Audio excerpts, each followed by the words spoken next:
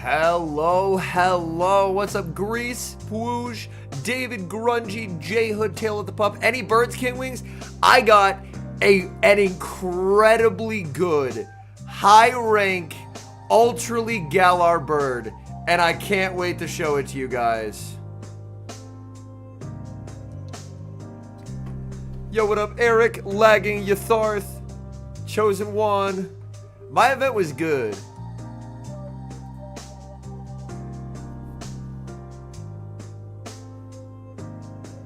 Oh, there's a mighty Pokemon I'm catching right now.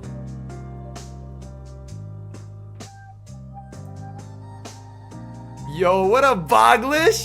Yo, Bogish. I'm so proud of you, homie. Been seeing you cook. I don't want to spoil anything, but Bogish has been cooking, chat.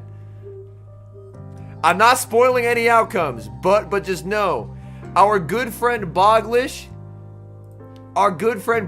has been putting in work in Sacramento, and I'm proud of him.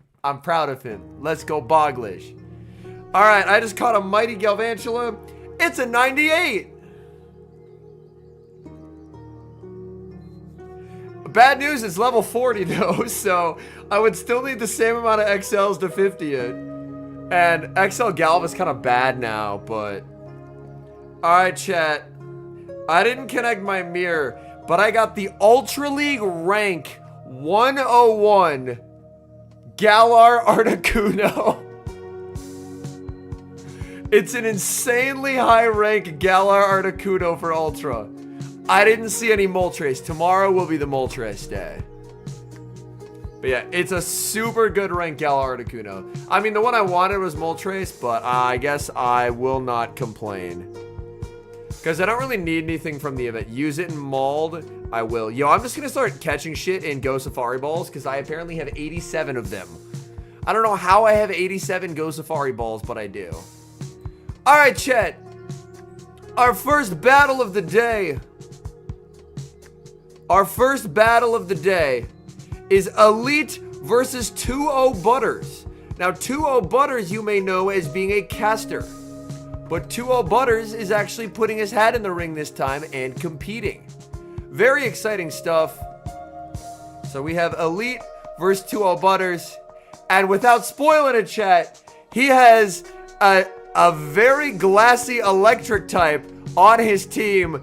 Game 1, the leads are set. Ariados for Elite versus the Malamar for 2-0 Butters. But that's not the glassy electric type you were expecting. You were expecting Morpeko, but it's Toxtricity on the team of 2-0 Butters. He has it in the back here, and it's shiny as well. Now, Ariados does win all evens versus Malamar, just purely off the fact that it does get to outpace and continually debuff. We will see the shield from Elite, as Elite then will be able to fire off the lunge. 2-0 Butters not opting for a catch. Instead, he's going to look to try and get all shields down here. And Toxtricity in the back, if it can make it to a Wild Charge is very hard, but that's the Clodsire for Elite. 2-0 Butters now going to fire off the foul play. Will we see the final shield from Elite? Yes, and we should see 2-0 Butters look to catch out of this. 2-0 Butters will get the catch out into the Wall Rain, and he really has to hope that Wall Rain is going to be met with Clodsire, not with the Drapion. Unfortunately, it's met with the Drapion, and this means that Toxtricity is going to now be answered with Claude, and it has no coverage there. Gonna fire off the Crunch. This is the non-Shadow Wall Rain. Shadow Drapion does hit quite hard, though. Crunch. KOs? Oh, Wall Rain, you trash can. How do you die to that? Nah, I'm so sorry. Wall Rain, what are you doing, bud? In comes Toxtricity. It is the shiny one. Toxtricity might get one shot here. It's super frail. Crunch. Oh no, that's too much damage. He gets the catch onto the Malamar, but he's just shaking his head. He knows he's cooked. But good lord. 2-0 Butters has energy. But he's just not going to throw it. He knows it's over. He's just shaking his head. He's hoping it's like for alligator in the back, but I don't even think he's going to see the third. I don't even think he'll see the third. We see the switch into the Ariados. Ariados does get farmed down, but it's still just clawed in the back. And Toxtricity, he's hoping that a pup KOs and that he can wild charge whatever's in back. And if it's anything but the clawed, he could. Oh, but the pup doesn't KO.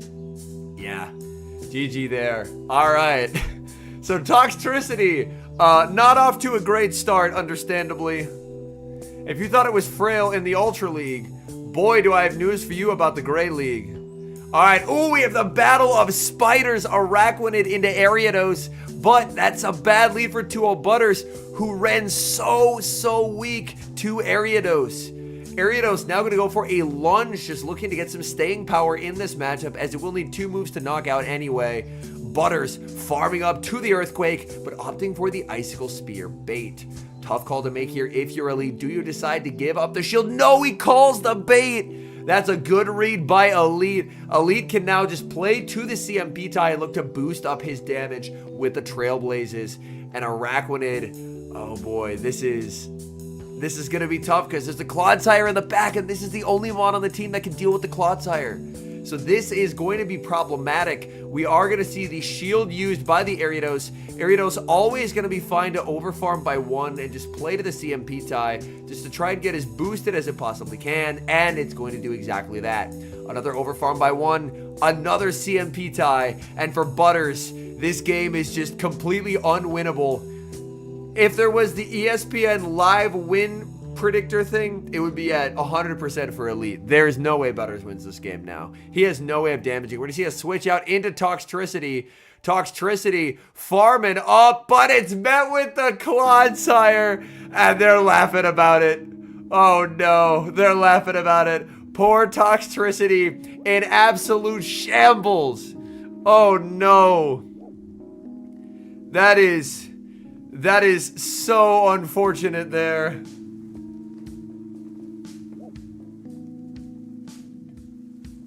He's now going for a boosted wild charge that does nothing to Claude. Oh, poor Toxtricity, man. Butters loves his terrible electric types. And unfortunately, Elite knows that. There's actually some discussion on this, Theo. Some people run very high rank. Other people run a specific attack weight to try and breakpoint stuff like Diggersby and Toxapex. It was a Toxtricity, yes, Sharklows. Unfortunately, it has since been murdered. Now, Butters does get the switch out, but yeah, it's not going to save him. It's not going to save him. Unfortunately for our good friend 2-0 Butters, his day will begin in the loser side of the bracket, as he's just not going to be able to take a win here.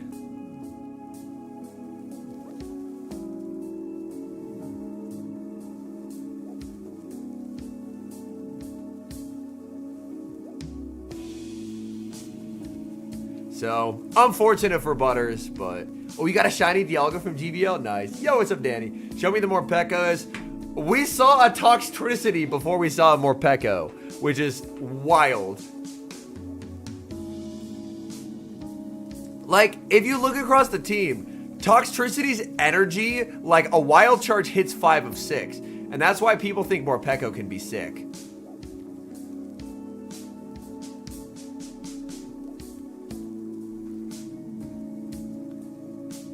But yeah, Butters is probably making his case as to why Toxtricity is a real Pokemon and not a fake Pokemon.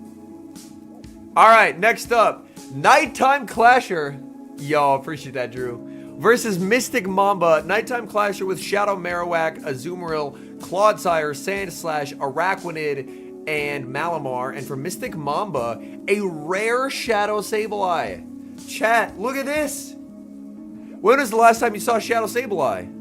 Shadow Sableye, Dunsparce, Toxapex, Jumpluff, Azumarill, and Shadow Marowak. So this will be interesting to see. Shadow Sableye it is uncountered into Nighttime's team. So I would expect it to see quite a bit.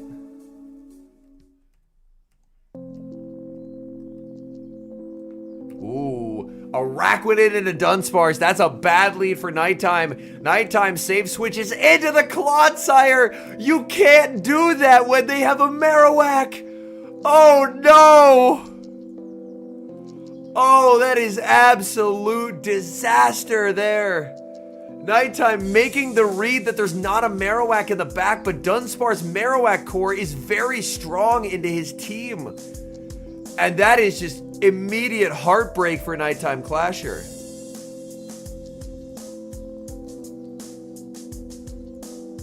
That is absolutely brutal. He gets farmed down. Mystic Mamba. Not yet, Young Phenom. We saw a Toxtricity before we saw a Morpeko. In comes Azumarill, but there's just no winning this. Mamba gets both. And that's a game 1 win for Mystic Mamba right here. Even if Nighttime makes a catch, which I could definitely see him doing, it's not going to help him.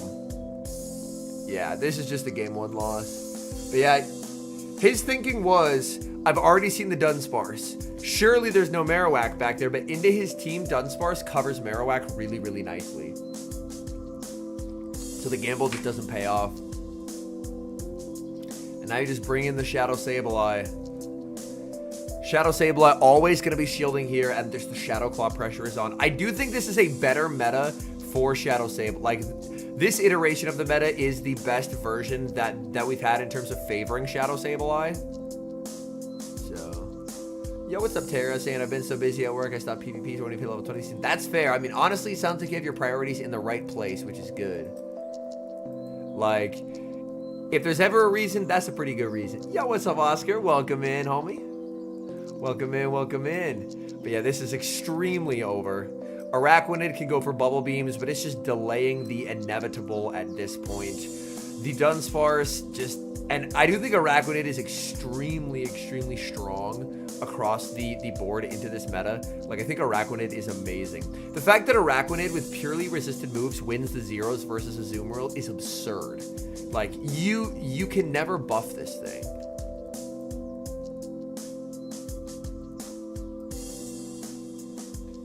But it is very unfortunate. Like, he can go for the Water Pulse here, but it's just, it doesn't matter.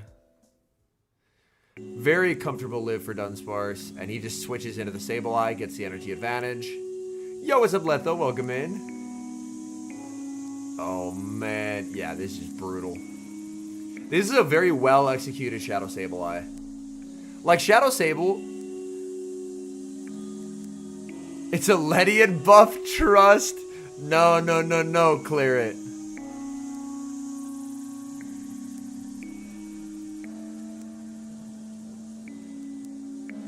Absolutely not. Yep, and just farm down and takes it. And as you see there from the challenge in nearby trainer research, there is some very cool research available at the venue. So if you go to a regional, there's meta-relevant spawns, double Stardust, extra trades, and some cool research. We can fast forward through this replay. That game was over from lock-in. All right, game 2. Very neutral. Azumarill into the Dunsparce. Clawed in the back and a Alolan Sandslash in the back. Mystic Mamba into Nighttime's team is basically... He's always bringing the Sableye. And he's extremely okay, literally always, with taking shield advantage and farming with Sable. So I don't think we're ever going to see Mamba shield the Dunsparce. I'm actually very, very confident of that fact. He's never going to play for swap here. But Nighttime might be worried about a K-Whack in the back, and that could impact his decision making. Because last time there was a Dunsparce, like, this is a smart adjustment here.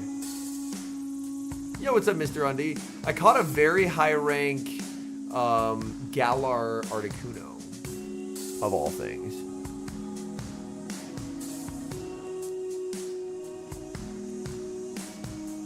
Alright, gonna fire off the drill run.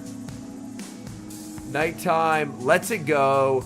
Oh, but the Sable farm is on. The Sable farm is on. It forces a pivot out.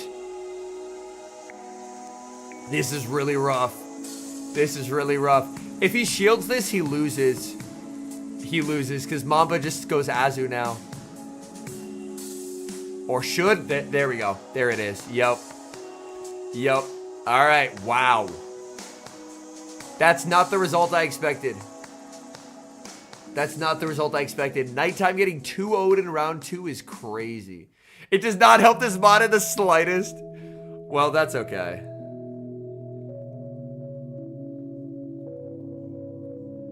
I will forgive it.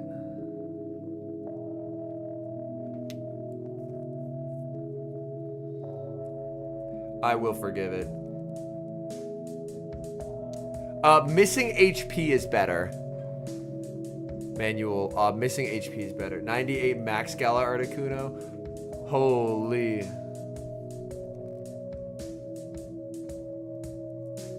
Yeah. Gonna build tomorrow? Nice. It's such a beast. I would just make sure it has Spatial Rend. And it's a simul swap, and yeah. It's just a Sableye sweep. There's nothing you can do. It does perfect.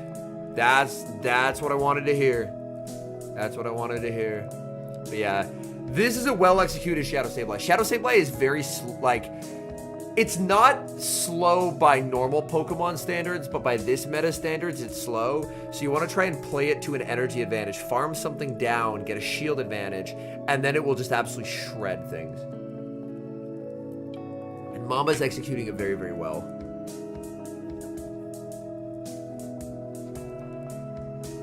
You get Hydro Cannon on Gator. Ooh, I should check and see if I have ones that need evolving.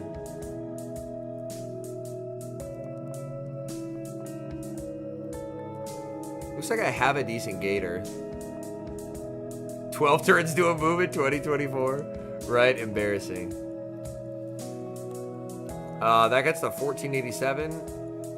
I think it's the 2492, but I already have a good Ultra Leash Shadow Gator. So it looks like I don't need to...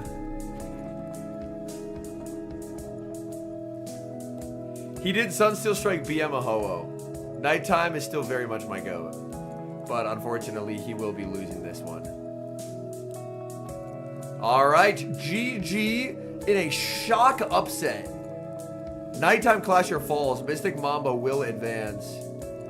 And now we'll take a look at Eomo versus Bleer.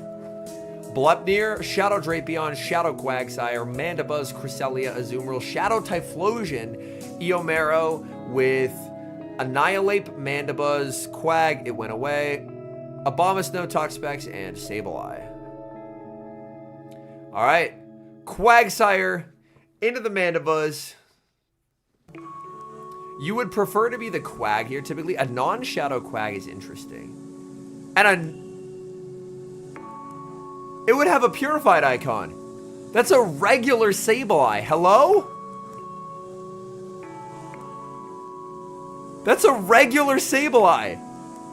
Eomero's a very good battler. He clearly must believe there is some kind of tech here. A regular Sableye is crazy work. A regular Sableye is crazy work. I guess he wants Power Gem, but he wants the bulk of the regular rather than the Shadow. This doesn't KO Mandibuzz because it's non-Shadow. So Mandibuzz can no-shield this if it wants to. And he's going to let it through. Switch out into Typhlosion. Answered with the Toxapex. And honestly, I mean, this is going to end up with Sableye on Drapion. So this is not looking bad. Yeah, it is open team sheet, so movesets are known. Max Hundo Morpeko. It's not going to be very good in Ultra. It's more so just it would be more so for the fun factor rather than the good factor. Am I going to fire off the Thunder Punch?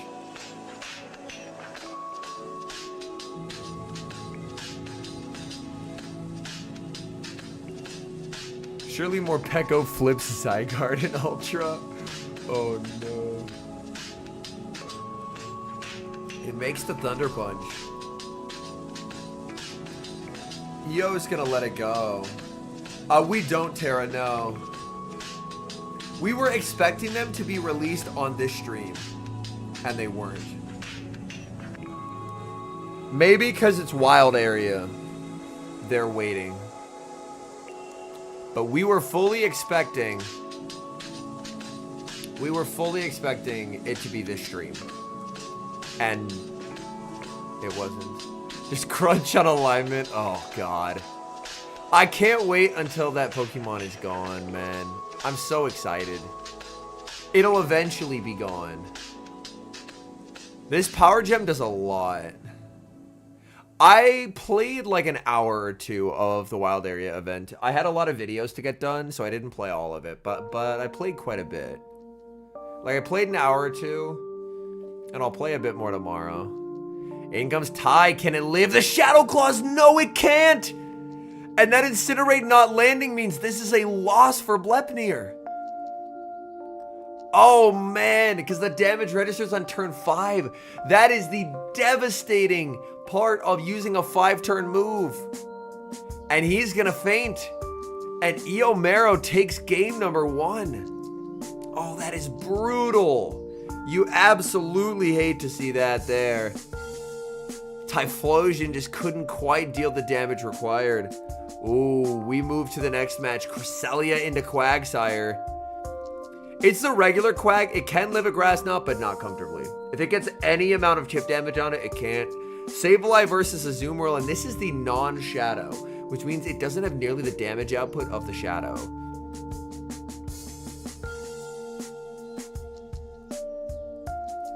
That is going to connect. Bleer not messing around. He's going straight for the super effective damage with the Play Rough.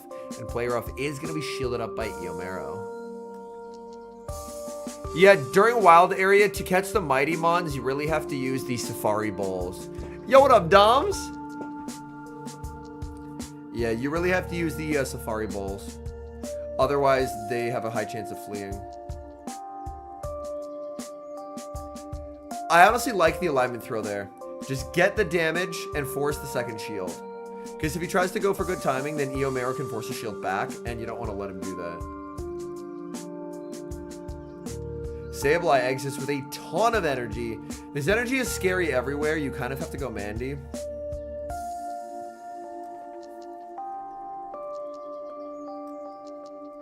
Safari Balls. So if you have the ticket, you get 20 every hour via research. If you don't have the ticket, you get 2 for free, and then you get them by spinning Pokestops.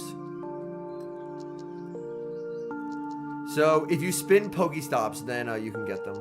Going for another Power Gem. Does he just shield this to keep himself super healthy? He does. I think someone said it's like a 1 in... Oh, tries for the catch. I think someone said it's like a 1 in 25 chance of getting it from Pokestops. No more Peko yet, Kayshawn. We saw a Toxtricity from Butters. Because Butters, anytime there is a bad electric type, he will run it. Except for Morpeko, because Morpeko's a good electric type, so he didn't run it. But he's like, bad electric types, I will be there no matter what. Alright, he will get the Aqua Tail here, but instead commits to the Stone Edge. It's a nice play. Holy, I just caught a Hundo Krogunk. And I caught it in a Safari Ball. Let's go. There's a Hundo Krogunk right here. I'm going to text my wife. Krogunk at the house is a Hundo. Be worth shiny checking. For you. And yeah, you just get to 8 million Aerial Aces as the Mandibuzz. You have to undertap here because he's on 5.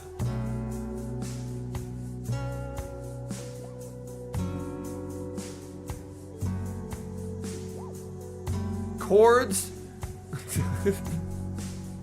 Jesus Christ.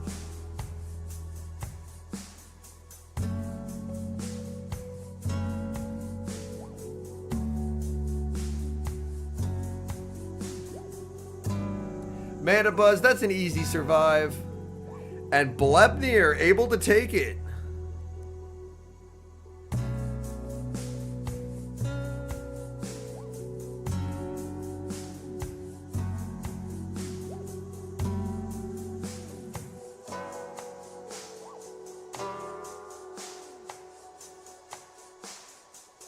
Sable, obviously, very, very low. And Cresselia has 8 billion moves. So we're good.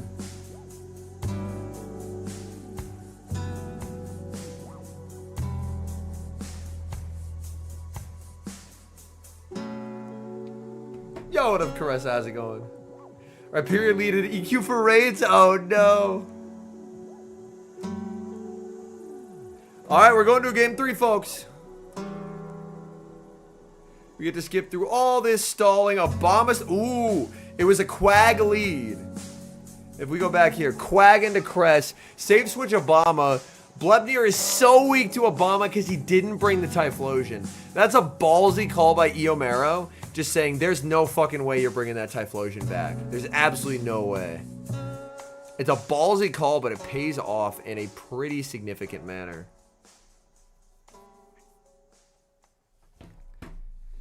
Be grinding birds tomorrow. Yeah, it is a pain to get it for sure, but I'm excited to hopefully get an Ultra League Galar Moltres tomorrow. But like, where's the Sableye gonna go, man? This is the only good matchup the Sableye had. There's a Mandy and there's an Azu, so this should favor Bleer endgame wise. Yo, what up, Phoenix? Like, Bleer should be in a pretty good position. Should be in a pretty good position.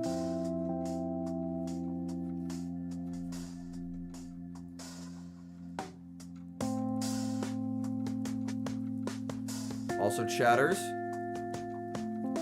Did you know that we're only 3 days away from league rotation on Tuesday? And you know what that means. League rotation, I have something that I owe the chat. If you know, you know. I have something that I owe the chat. When the Open Great League returns. So it is rapidly approaching. A kiss. I do not owe the chat a kiss. No. I do not owe my chat a kiss. Yo, that's hype, Doms. I did not get a shiny bird, J Boogie, no. I did get a high rank Ultra League Galar Articuno, but I didn't get the Ultra League Galar Moltres I was looking for. Yeah, and then you just go Azu here and you get a bunch of energy. But it is 3x Galar starter stream. Yo, Schmeedy! I know Schmeedy was lurking, waiting for someone to mention a kiss, and he's like, I'm here. I'm here. In comes the Obama. Let's see this overfarm.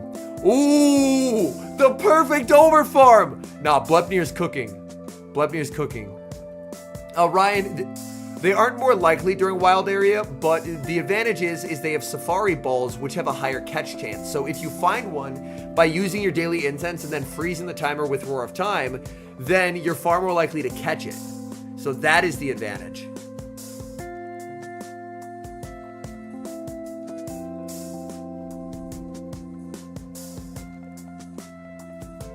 All right, my wife was not able to get the shiny, but that's okay. Yeah, Lando has a huge attack stat. How high is the percentage? The Galar birds, Kayshawn, go from a red circle to a green circle. So can they run? Yes, but it is a way higher chance. It's a way higher chance. Yeah, it is actually legit. It is actually legit. Yeah. So if one was to go bird hunting, this would be the weekend for it. That's an imprecise overfarm by EO. I know he's trying to save, I guess trying to save a little bit of health. Oh no. As in, like, I saw one Galar bird and I just caught it. And some people caught like 5 Galar birds on one incense. So it is definitely increased. And there's free research that gives 2 safari balls. Okay, that's good to know. So Gob says my 700 Moltres was a dark orange circle. Okay. So my Articuno that was 146 CP was a green circle. So it is still improved. So it is definitely massively improved, but still not a guaranteed catch. And it is a simul KO. And Bleer takes it. Yeah, still significantly better. Wow. So Eomo falls and Nighttime falls. I said at the start, cursed regional. This is a cursed regional, chat. This is a cursed regional. Alright, we have Khaleesi Fitzy versus Studmuffins. The last time we saw Khaleesi Fitzy, she was scaring the shit out of its accent with a Shadow Dawn fan. And the Shadow Dawn fan is back. The Shadow Dawn fan Charjabug core.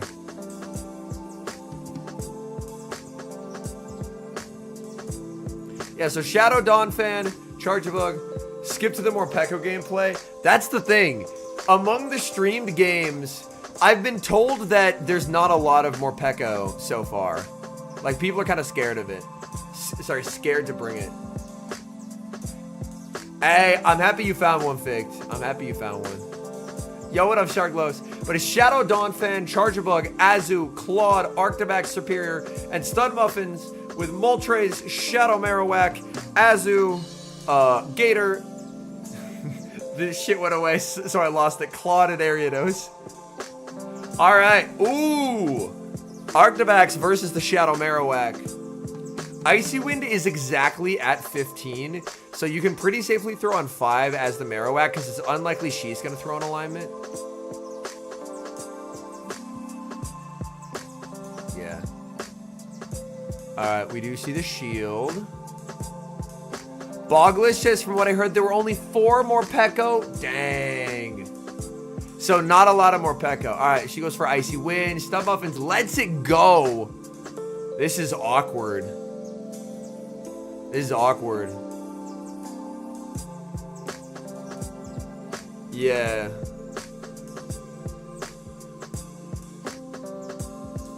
Cause you bring...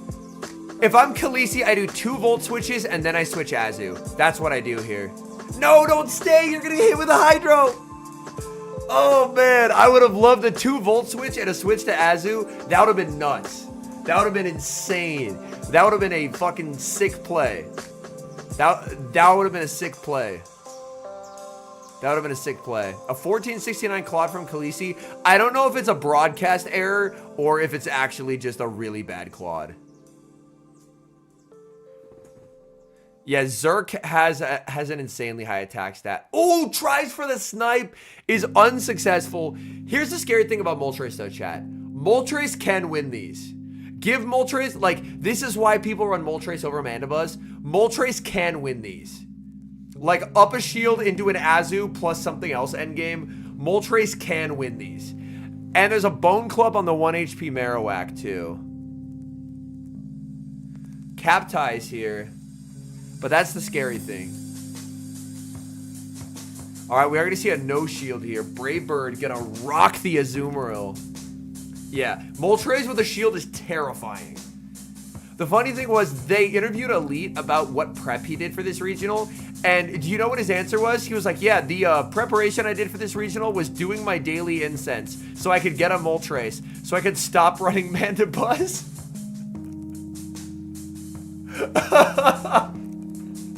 Objectively incredible answer. She's gonna switch to catch, but an Ancient Power KOs, and he has a Bone Club, so he wins. We haven't seen any of my fake Scarm nonsense, no. Oh, it's a broadcast error? Gotcha, Danny's. Okay. That's good to know, thank you. Like, she gets to fire this off, but he has a move, so he wins. But yeah, we have not seen any of my fake Scarm nonsense. But, like, if you look at, like, a team like Khaleesi's, I mean, granted, her team isn't the most typical, but, like, Serp, Claude, Arctibax, they all have no play into it.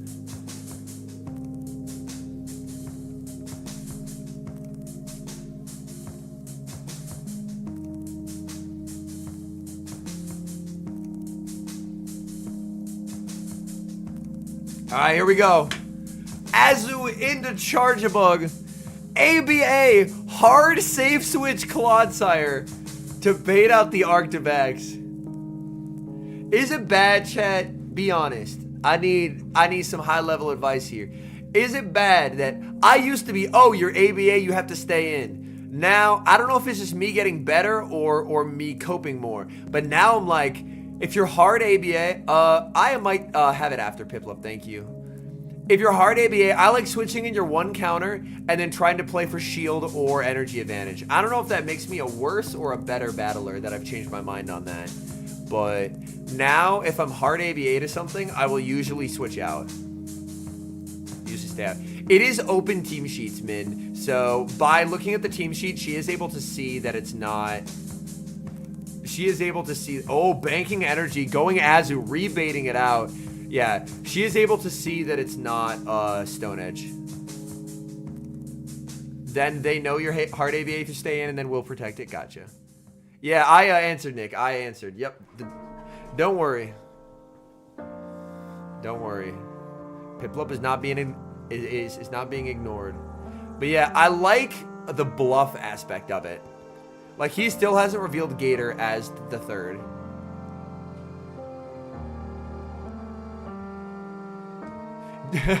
Clara just says, just be good and maneuver around it. Oh my goodness. Honestly, incredible answer. 10 out of 10. 10 out of 10 answer there. Terrific stuff. The Swedes know their shit, chat. The Swedes know their shit. I gotta go for a player off. This does quite a lot of damage. You could potentially go for a Clawed snipe here, because you're just gonna get farmed down. Oh! Could have committed to a farm down there.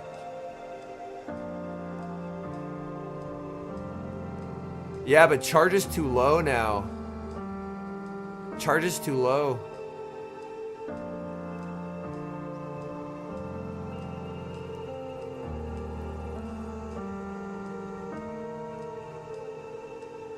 In comes the Gator, and now the moment of realization that it was so hard ABA, but Studmuffins hit it well.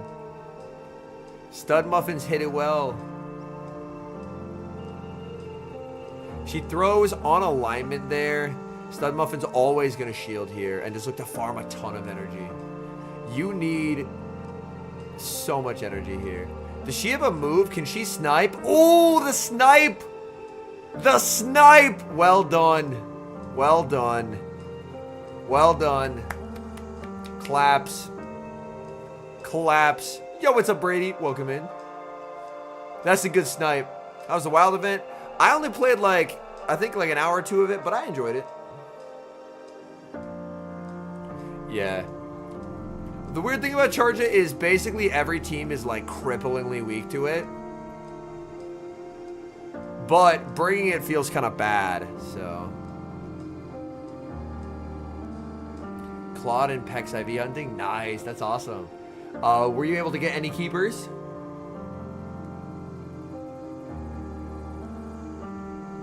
Claude into Azu. Oh, that Charge It and back.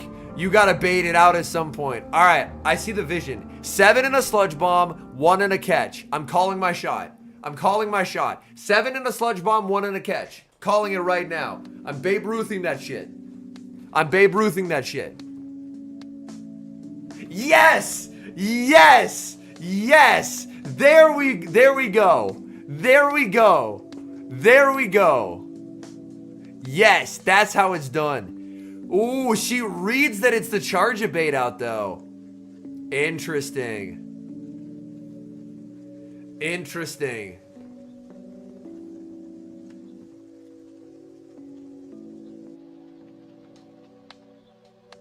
I'm not sure, Nick.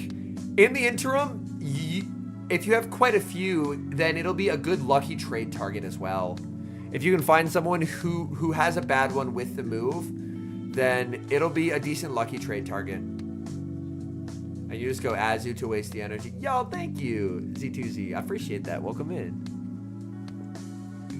But yeah, I'm in that situation with a couple mons where I just try and lucky trade for them whenever I get lucky with a local, because I can't get the good IVs.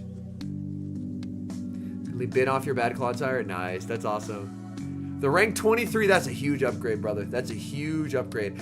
I wouldn't build it right now. I'd hold off until tomorrow, because you never know what can happen. But oh man, Clodsire Gaming Incorporated.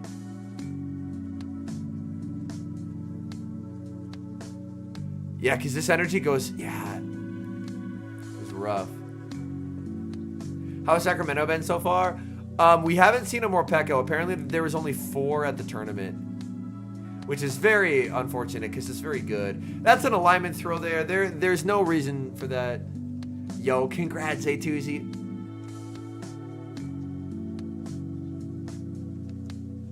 Yo, what up, Monwell? Hope the whaling has been to your satisfaction. Yeah, there has not been a lot of Morpeko brought. I think Morpeko is easily good enough to win a regional, by far. But it'll take someone who's like an experienced, tenured competitor to run it and show people that it can win, and then people are gonna use it more. That is my thoughts. Because people are always scared to be the first one to run something. Yeah, there was very few Ape in Charlotte, and then it was everywhere. With Case working. Oh no, that's unfortunate, Monwell. They can use Best Buddy Azu, yes. All right, we have Out of Pocket versus Athy.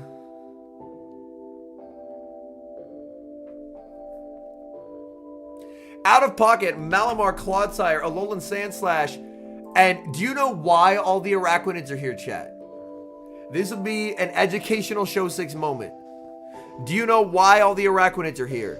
Because at LAIC, yeah, there are a ton of Araquanids by high-level players in the tournament. He was Hot Pocket previously, but they made him change his name.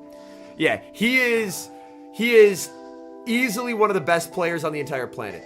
At LAIC, all we saw again and again was A/Serp, A/Serp, and fire is too risky to bring. So how do you beat A/Serp if you don't want to bring a fire type?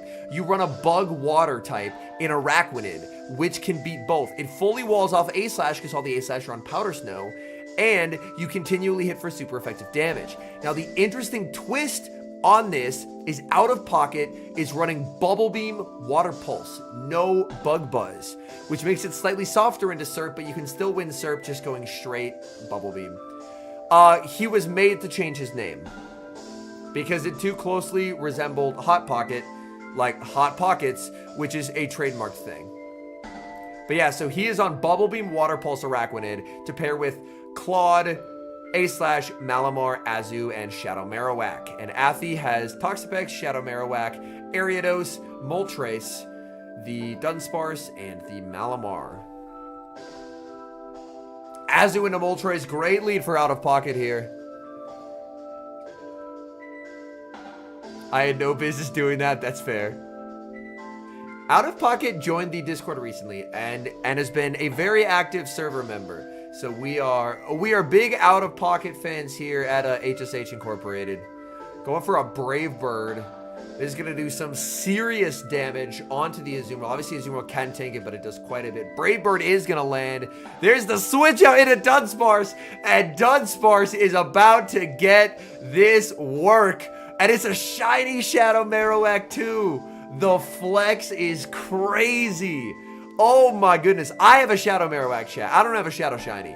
Shadow Shiny is insane work. Oh my goodness. Pocket is a collector. My goodness.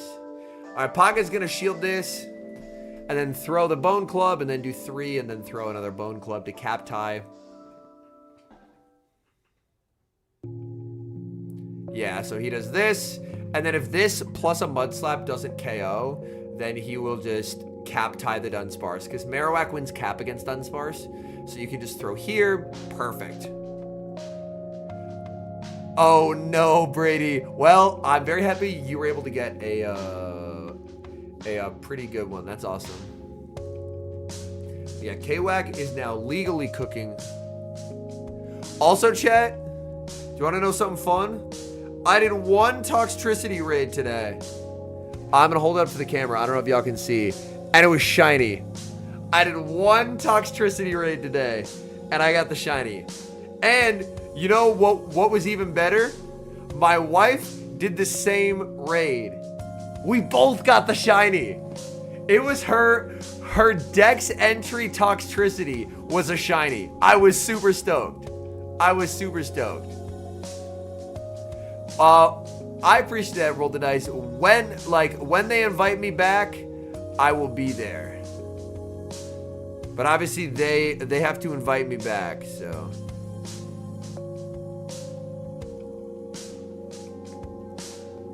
If Cubone doesn't come back to grunts, I will crash out. Honestly, Kayshawn, one that I really want is myself and Speedy. Myself and Speedy would absolutely feed families.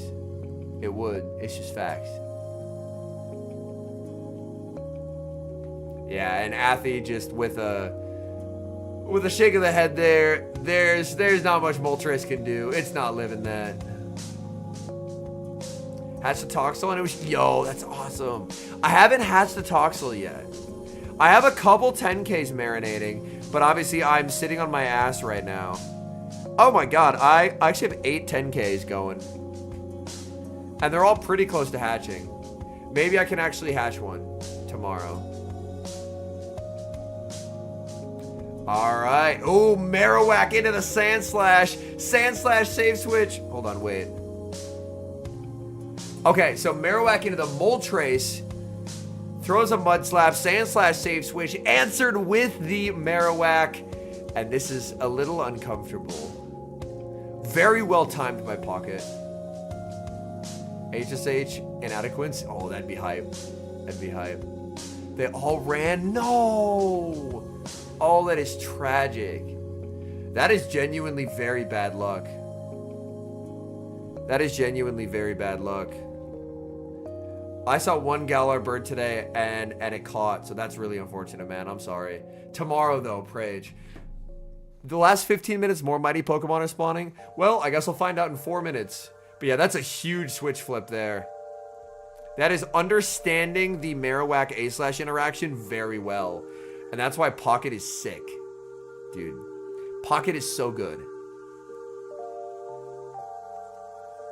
Saw nothing in 2 hours? Dang, that's unfortunate.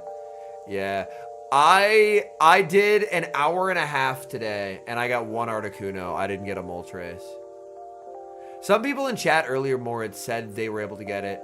No DRE for Pocket. He brings in the Marowak.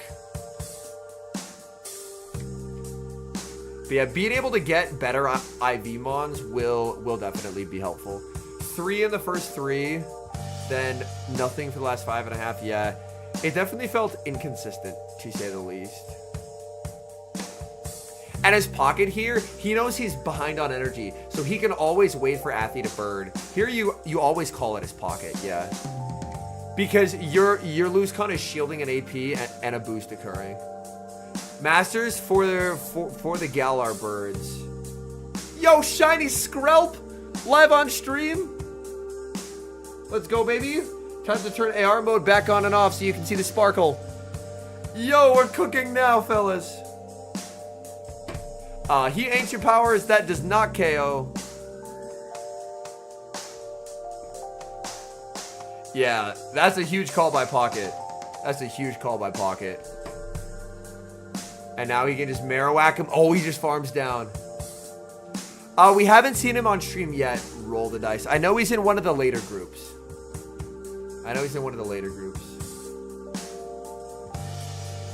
There are 6 species you can evolve to get the lead move. Oh, that's a fair point. And he goes for the Rock Slide. Rock Slide's kind of a shit move, but it's a Shadow Marowak.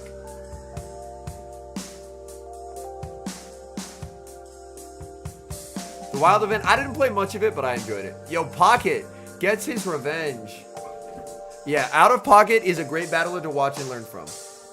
Very surgical. Very surgical. Alright, chat. Boglish versus Trainer Rem. Boglish was in chat earlier. Look at that. What a handsome lad. What a handsome lad. Superior, Clodsire, Shadow for Alligator, Annihilate, Mandibuzz, Dunsparce, and Trainer Rem, also a friend of the channel, fellow content creator. Boglish says skip. And Trainer Rem, Claude, Boglish says, nah, don't watch these battles. Claude, Gastrodon, Primeape, Toxapex, Shadow for Alligator, and the Moltres. Bogish doesn't want us to watch the battles. Unfortunately, we're watching the battles, Bogish. All right, Primeape versus Annihilape. Primeape has a huge pacing advantage, but its karate chops are double resisted, whereas Annihilape's counters hit for neutral. Every 4 is a Rage Fist for Primeape, every 6 for Annihilape. Annihilape is gonna no-shield the first. That does some serious damage. Going for the Rage Fist, but there's the switch by Trainer Rem, and he can make a catch on the Clodsire because Bogish does not have a Marowak. So the Rage Fist not gonna do a ton of damage to the Clodsire. Clodsire answered with the Feraligatr though. And Feraligatr, here's the thing. That chip damage is actually very valuable. He only does a Sludge Bomb. That doesn't have to be shielded. I have a Mighty Golem at my house, so I'm gonna catch the Mighty Golem while we play. He has so much energy, and Feraligatr energy goes everywhere into Rem's team except for the Pex. Mate, what are these house spawns? I have an incense running. All right, it was a 96 Golem. I should just use Safari Balls on random shit. Oh, no, that's a very unfortunate cap tie there from Bogish. Bogish forced to give up a Protect Shield, so he is forced to burn it. That is unfortunate there for Bogish. I mean, that's just a miscount, so it happens. But Rem's going to shield back. Bogish going to pivot out into the Mandibuzz. It's an Air Slash Mandibuzz. We love Air Slash Mandibuzz in this household. He makes a boosted CC. This does a lot of damage. Do you decide to shield here? No. Close combat. Dude, Primeape is sick. Primeape is so sick. Look at what Primeape just did, man. Primeape is so sick. In comes Moltres into the Mandibuzz. This is where Air Slash is really, really nice. Like, into Flyer plus Ape teams, having Air Slash unbelievably clutch. That's a good cap tie there by Rem.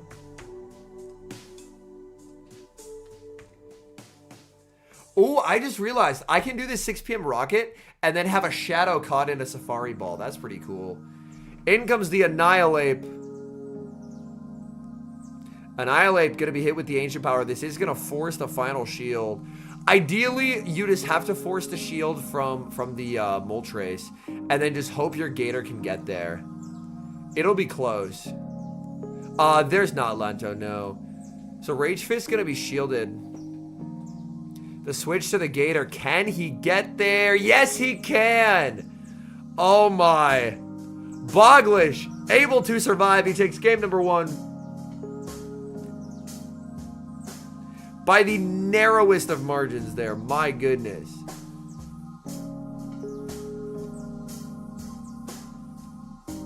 Any cool catches today? I did get a high rank Gala Articuno, and that's pretty fun. Claude versus Claude, chat. Some good Claude action here. Let's see who wins Cap, and it's Trainer Rem. Winning Cap and a Claude mirror is a pretty big advantage.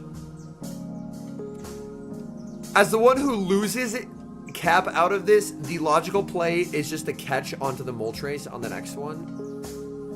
But the counterplay, of course, by Rem is to try and wait for it. Yeah, I ran Daily Incense for an hour and a half. Oh, I can't get a rocket in a Safari Ball. Oh, tries for the catch, but great patience by Rem because it uses Premier Balls. Fuck, man. Well, there goes that idea. It was also the worst Tortuga the world has ever seen. Switches into the Moltres. And it's the battle of the apes once again. Primeape versus Annihilape. Oh no, Terra. Oh, that is tragic. Oh, that is so unfortunate. Going for an Ancient Power. You just always no-shield this. The risk of shielding and then having a boost is just way too much. So, that's a good no-shield here. That's a good no-shield here. I know some people have had like their children accidentally use Master Balls and whatnot. Ooh, Bogish cooking. I see you. I see you. That's a nice catch. That's a nice catch. He told us not to watch. That was a good catch. Why wouldn't we watch, trainer? That was a very nice catch. Said he used a Master Ball on a Bidoof. Oh, no.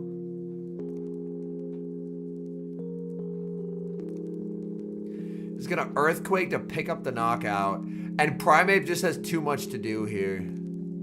Primeape just has too much to do here. Primeape is not doing what you want it to do. Yeah, you just Sludge Bomb. Primeape super glassy. Added to Dene. Oh no, Schmeedy. That's heartbreaking. Bogish might have punked us to avoid spoilers. Because he's just winning this game. He's just winning this game, man. There's like a chance at a Rage Fist catch, but no. Instead, he's just going to Cap Tie here.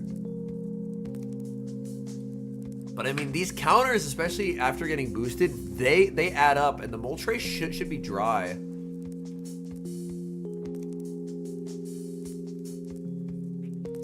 But yeah, I think Bogish punked us here.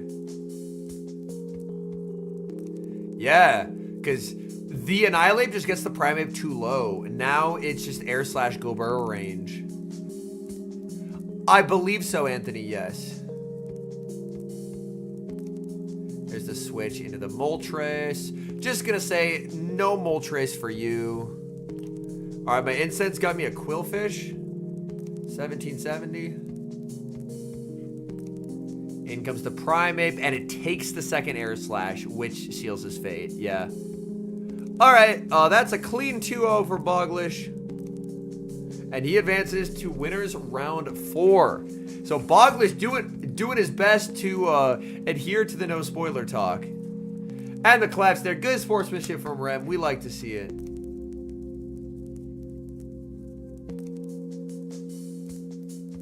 Ooh, chat, we have the caster Softo actually battling this time versus regional champion, I don't count, Mr. Ramberto. Soph is an absolute demon at this game. She's hit number 2 worldwide on the global leaderboards, so I'm excited to see what she can do actually competing for a change.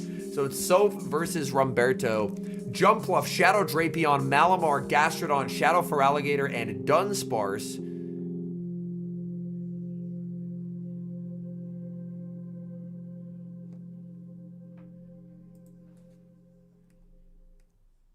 And Ramberto, I guess we'll see his... Oh, man. Primeape into Drapion is a very scary matchup. Like, Drape outpaces, but as the Primeape, you can live an Aqua Tail and you can't live a CC. It's very uncomfortable. It's very uncomfortable.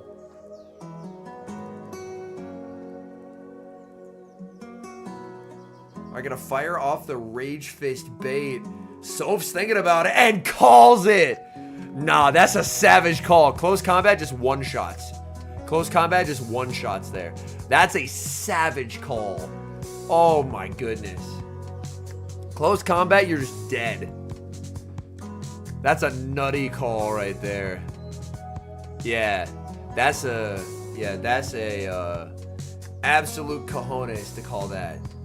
That's wild. Yeah, and she can do Gator Energy. She knows this is just a Rage Fist, but it is a boosted Rage Fist by 2 stages. No one ever wants to CC. That's fair, but man. But yeah, this forces Gator into Gator, and then it's Sparse into Pluff. So this is a great situation of getting the alignment. Yeah.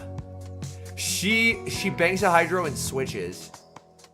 Ooh, timing error from Ramberto. Oh man, letting a rollout through is catastrophic there. That is extremely rough. Building up to the back-to-back drill runs. Ramberto has a shield to use. Going to use it here. She could have undertapped there. Let's go, Schmeedy.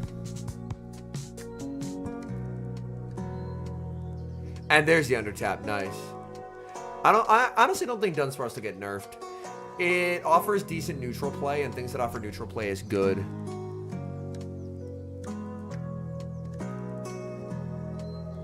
Gonna rock slide here. He's 2 off, and she banked a Hydro. It's over, chat. Watch this. He has an Aerial Ace. He's on 5. He needs 7. The switch and the cap tie. Nice. That's a well-played game. That's a well-played fucking game right there. Oh, that's nice. That's nice. Well done. Well done. Great energy management there. Great energy management. Surgical from Soph. Oh, great lead. Drapion into Jump Pluff. The save switch to the Azumarill. You just bank energy here. You don't throw this energy. You know Drapion's energy. Yep, you know Drapion's energy is good everywhere except the Azu. So you just bank it. You just bank it. That's really well played. I genuinely, because the lead was Pluff. She doesn't have to play for Switch now, because Drapion's energy goes everywhere into this team. Yo, what's up, Swapnil? Welcome in, homie. Hope you had a wonderful grind session today. Yeah, I can search by recent and then do Candy XL. I got Golems, Pidgeot, Tyrantrum, all that were like partially powered up. So it was Golem, Pidgeot, and Tyrantrum. Hundo Morpeko, let's go. All right, making the drill run as well. Oh man, Ramberto in shambles, man. Roberto in shambles. Oh no. No, the blind ice. The blind ice beam. Oh yeah, no, wrap it up, chat. Wrap it up. Oh god. Oh no. Catastrophe. Absolute catastrophe here. Oh man, the new Corsola is gonna be really good, Tara. Yeah, that is absolute catastrophe right there. Oh man, yeah, this is a 2-0. This is a 2-0. This is horrifying. Chat, I told y'all, you don't accidentally end up rank 2 in the world. You don't accidentally end up. That is not just a strange set of luck-based circumstances. Gets a debuff. A debuff here is worse for her, actually, because she wants more farm.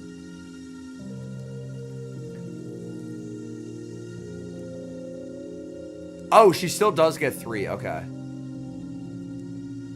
In comes the Gator, and Gator just takes 8 billion damage. And yeah, Roberto knows, but this puts Gator like deep yellow. Oofta! That's so much damage, man. Oh man, I was ranked 6, Dark Jitsu. I was ranked 6. My highest ever is rank 6. I've never been rank 1. I've never been rank 1. Not Corsola Claret. The lower form, Galarian Corsola, is highly meta relevant.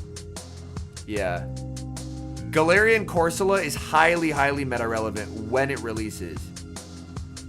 Let me, to ruin your day, tell you about its stat product. It has an amazing stat product.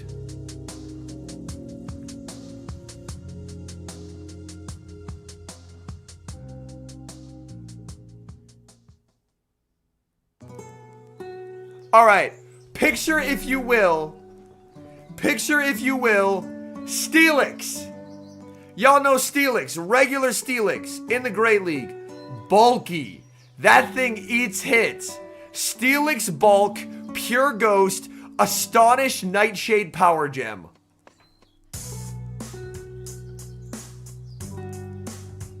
Alright, we have Abhinav versus Habibi. Moltres Galarian version. Ariados, Azu, Shadow Quag, A-Slash, and Dunsparce. And Dunsparce, Moltres, Toxapex, Ariados, Shadow Marowak, and Malamar. Yeah, it got Astonish. And Nightshade is a Drill Run clone. Nightshade is a Drill Run clone, and Power Gem is cheaper now. It's a demon. It's a demon. The worst part is, I had the Corsola XLs and I built the regular one. It is in eggs, Claret.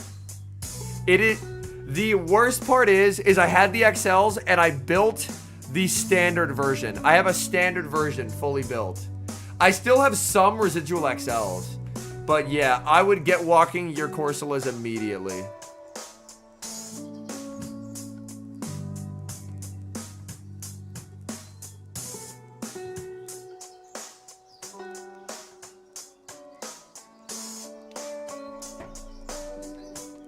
The buddy walking distance is 3 kilometers.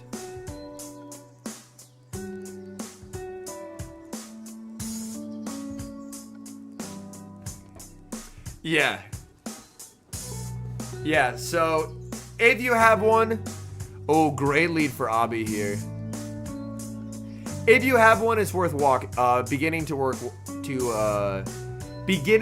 walk it. I'm struggling with my words here. But yeah, Corsola's been available globally in like some Go Fests and whatnot. It's Wiggles time. It is Wiggles time. Absolutely. You met him at your first local? Oh, that's awesome. And he just save switches to Sparse. He kind of had to go Mala instantly here. Giving Abby energy is a problem.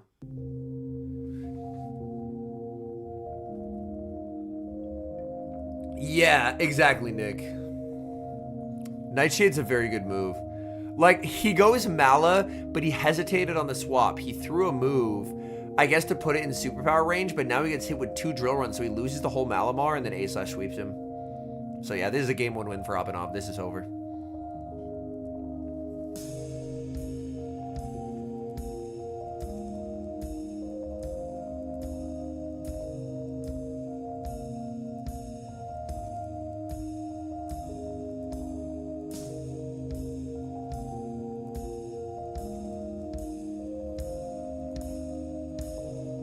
Well, let me look up what Nightshade's exact stats are. Let me look up what Nightshade's exact. It is 80-45. What was Dig before? Wasn't Dig 80-45 or was Dig 50? Was Dig 50? But yeah, it is 80-45, so it's current drill run. It's current drill run. Yeah. Oh, Dig was, oh, my bad. Yeah, it is current drill run. Yeah, my fault. Yeah, it is 80-45. It's an amazing move, but nothing of value has it right now. Well, something of value is about to have it. Galar Corsola, the rank 1, is level 50, so 296 XLs, which is miserable to obtain. So if you notice, look what I'm walking. A Corsola. Look at the boy.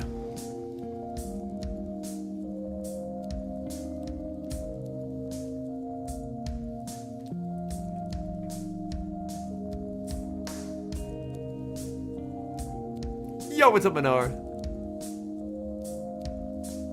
Now, mine, it's lucky, but it's not a Hundo Corsola. It's a lucky shiny Corsola. It's a 15, 13, 14. But yeah, I kind of tuned out of the battle because it was just Omega over. There's really a sticker box. Trainer, please. Yo, what's up, Pokemon Master?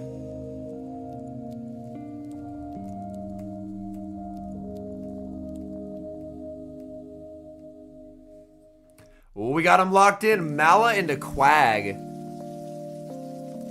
Let's take a peek at the back. Sparse very good in the back. Oh, he saves Mala, but by catching on this, he throws away the Mon that would actually be good for him in the back. Obviously, he doesn't know that, but he's relying on Mala energy, and unfortunately, it's not going to win. Because now he just gets swept by Moltres and back. Honestly, I don't think any moves need to be nerfed, Nick.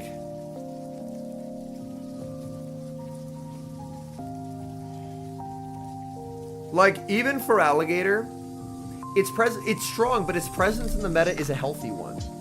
Because if you're running for Alligator, you're almost always going to have neutral play. I think they are not going to make any big changes. I think they're not going to make any big changes. I think if they make changes, it'll be like weird little shitty mons getting new moves that slightly improve it, which are changes that I like. I like seeing changes like that. I don't think we're going to see big shakeups. Yeah. I think I will die on the hill that nerfing Gator would forever and always be a mistake. Nightshade distribution and draining kiss buff, please, I beg. Well, Absol, have you heard about our Lord and Savior Galarian Corsola? Have you heard about our Lord and Savior Galarian Corsola, Absol? Because there's a decent chance you haven't. There's a decent chance you haven't. And if you have, well, trainer, do I have news for you about Nightshade distribution? But yeah, this is over.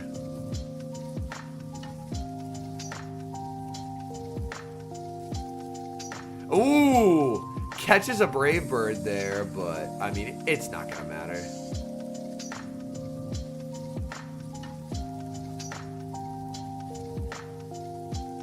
It's just an AP. Mathematically, you know it's just an AP, but...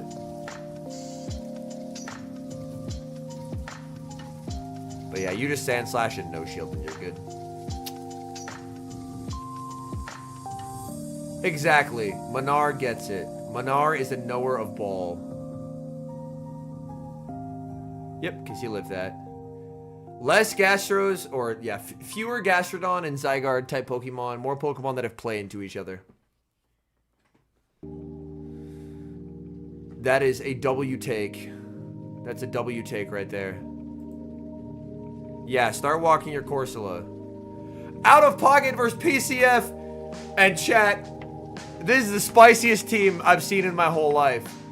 Shadow Gyarados, Shadow Cresselia, Scrafty, Shadow Typhlosion, Shadow Bayleaf, and Shadow Piloswine against Pocket. Pocket has to be shitting himself right now because that's like, it's so easy to get RPS'd by this team. It's so easy to get like, this team is so polarizing. This team is so polarizing. Like, seeing the team sheet, bro has to be scared. Bro has to be fucking scared here. Like, you would have to be stressed as fuck. With his Malamar, Claude. Low-key, the thing he has to lean into is Araquanid. Like, purely just off team sheets, Araquanid is cracked here. You kind of have to lean into the Araquanid. But good lord, man. Here we go. Pylo, no! Pylo into Claude! Save switch Malamar. Losing lead to a team like this has to be terrifying, bro. It has to be terrifying. You, like, the risk of RPS is so high. He's gonna switch into Scrafty now. Scrafty is Thunder Punch Foul Play. Oh my lord. He's no shield in the first. He made it to winter semis with this team, which is madness. He's just let... Dog, he has A-Slash in the back. Oh no. He ran ABA to Piloswine. Oh lord, Pylo energy might actually go insane here. He brings in the Pylo.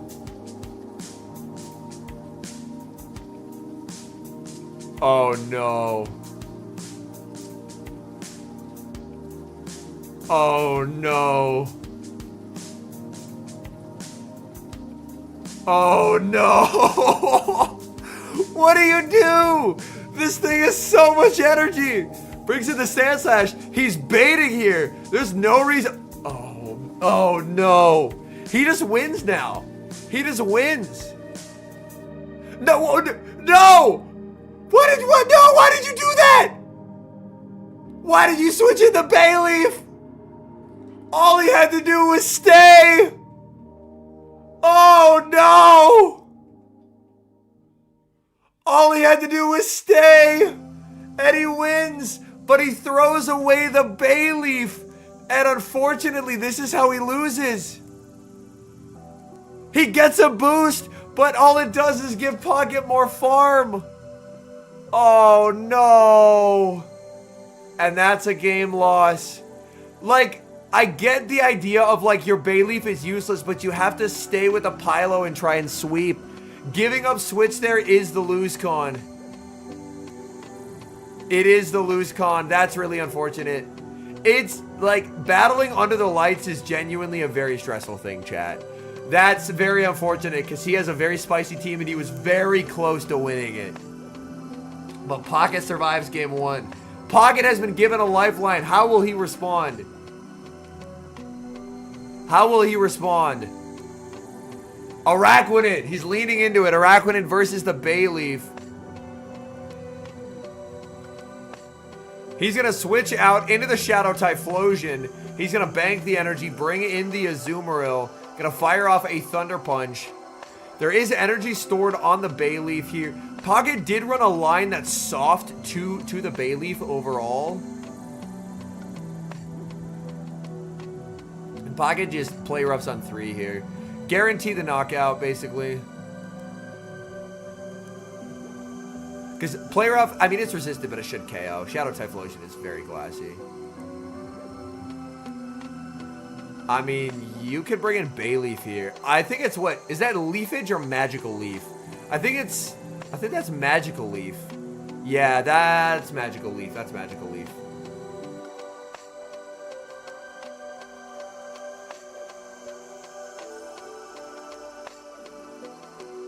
Gets the farm down. In comes the Araquanid, and you're just always shielding here. You're just always shielding, because you can Bubble Beam whatever's in back. Even if it's like the Gyarados. He's trying to get the AP, but he's getting farmed down. He does get farmed down. And unfortunately, this is death by 8,000 Bubble Beams here. GG. There's no way to win this one. He shields, but yeah. Pocket's just always going to debuff him 8 times. That was unfortunate. He had a really good shot to win game 1, but that's where the like stress of being on stage can get to you. And unfortunately it did. And then he just puts him at -3, and then it's just over. So PCF scared the shit out of Pocket, but Pocket will survive. Pocket will survive. This is about to be the saddest Thunder Punch the world has ever seen, chat. This is a -3 non-step Thunder Punch. Oh my god, that does nothing. And he says, nah, -4. He says -4. Absolutely no attack stat for you, young man. -4. Nothing. And this Thunder Punch won't even KO. Yeah. This is... Oh, Lord. Does he even see third? Pocket's trying to not let him see third. He will barely see third. He will barely see third. He will barely see third.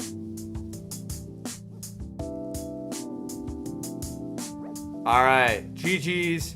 PCF, coolest team in the tournament by far. Coolest team in the tournament by far. That team making winter semis is insane. All right, chat. Studmuffins versus Bogish. Yeah, I should check and see if I caught any hundos today. Other than the Krogunk, I did not.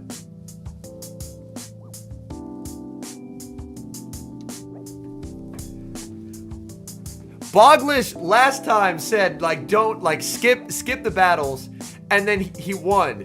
Now he looks happy. I'm worried, Bogish. You've given us very mixed signals so far. All right, here we go. Moltres into Superior. Oh no. Save Switch Dunsparce answered with Azu though. This is pretty playable. But that's rough. That's rough. Studmuffins, by the way, chat. This man...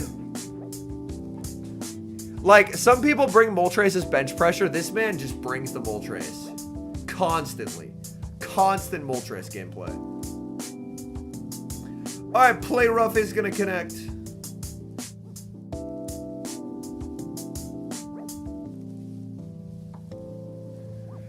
And he has back-to-back drones. 2 drones don't KO here. Yeah, Studmuffins has gone to quite a few regionals. And he always brings the Moltres. Yeah, he's just gonna let this go. If you're Bogish, you want to play for swap, but your final Mon, like, he ran a line very soft to the bird, so he kind of gets punished. Toxtricity good for TBL? Nah. If you get it up energy, it can be a cool sweeper, but realistically, it's not a great thing. And then you just rock slide to cover for a catch here. Oh, we drill ran. It's a bit of a risky drill run here.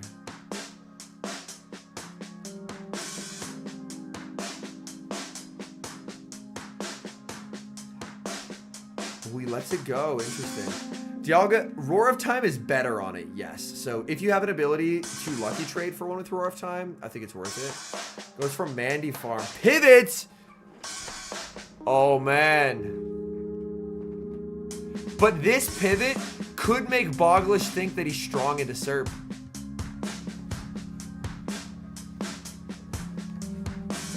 This, oh boy. This is actually awkward because obviously it looks great on paper, but normally you pivot from a position of strength, but he's pivoting from a position of weakness. This might trip up Bogish. Because normally you would never make this switch. You would just keep alignment.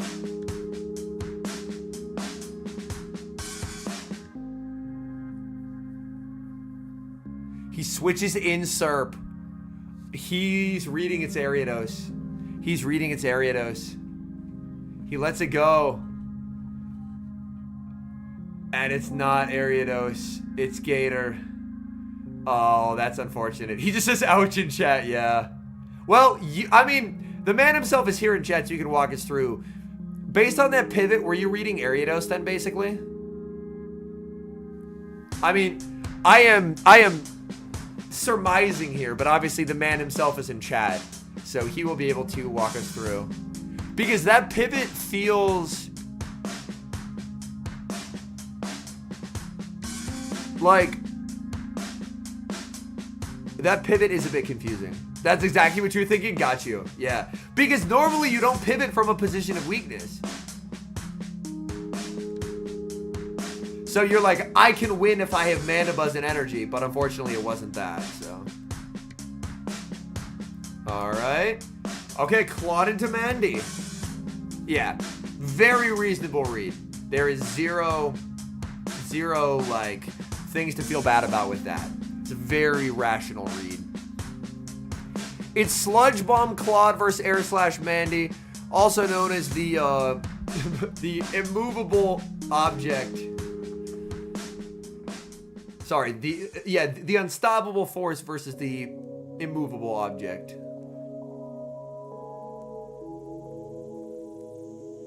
Yeah. And this time in the back he has Sparse Claude, so he should be in a really good spot versus the Moltres. Gator could be uncomfortable though. Gator and back, unfun here. The immovable object versus the immovable object, yeah. Neither one is taking shit for damage here.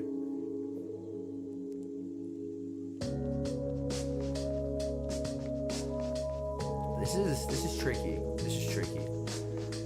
I think how Bogish wins this game is going to be, if he ends up soft losing it, pivoting Sparse to force the Gator in. Holy Nav, that's sick. Air Slash is actually sick in this meta. Because with the Air Slash, I love the Sparse pivot. Yes! This is good shit. And then you just shield the bird. Oh, he baits. But, I mean, you kind of have to shield this. Like, at this point, you're kind of assuming it's Gator. So, yeah. Even if it's shielding a bait, it still makes sense. And then you can 3 in the move. And yeah, this is feeling very good now. But yeah, I think Air Slash is actually good on Mana Buzz in this meta. It gives you slightly less shit play into Azu. I mean, it's still bad, but slightly less shit. You're better into Moltres. You're better against the apes. I like Air Slash in this meta. There's like no flying resist.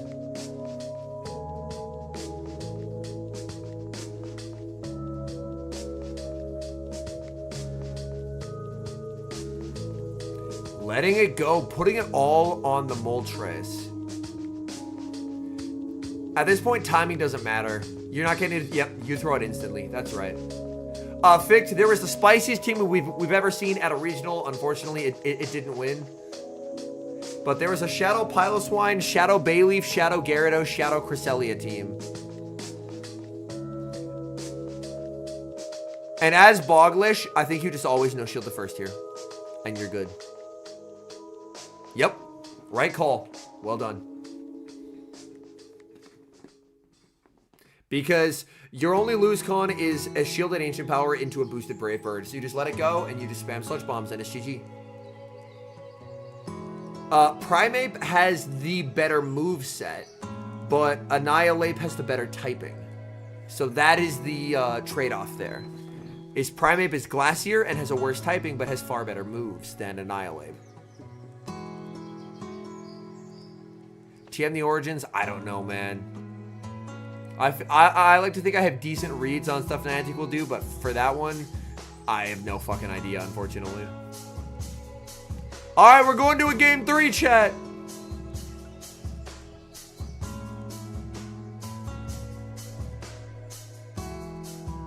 Gator versus Gator. I love Feraligatr. Boglish letting it go. There's nothing Studmuffins can snipe with here, so it's fine to double up.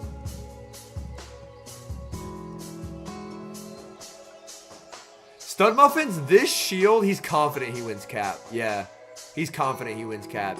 You don't make the play he did unless you're very confident in your Gator IVs. Yeah, they both have clawed backlines and they both have a Dark Flyer.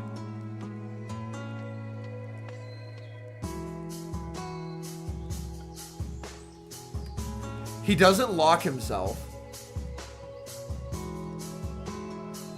Mandy, Claude Pivot. If Boglish can manage Clodsire energy well, this should be a win. Getting the... Ooh, timing error from Studmuffins. Like, ideally as Boglish, you want to get it into Earthquake range. Dark Jitsu with a insanely good take. Except Stack Attacka. Alright, that's EQ range. Ideally, you want him to throw. So we could see a no shield and a swap here by Boglish. That would not surprise me if this is where we see the switch in. Interesting. He's fine just staying. He's fine just staying, saying, I'm not in Sludge Bomb range.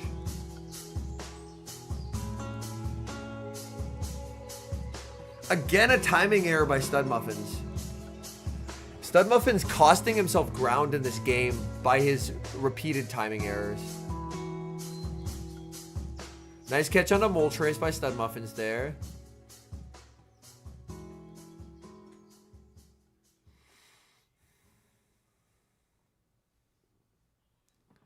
Yeah. Morpeko is like... It takes a good driver to use it for sure. He farms up to 99 here.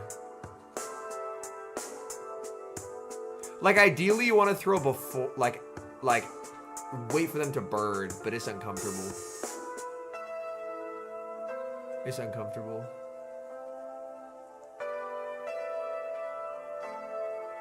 Asking people if they stun Joiner. Nice. Studmuffin's now going to get KO'd here.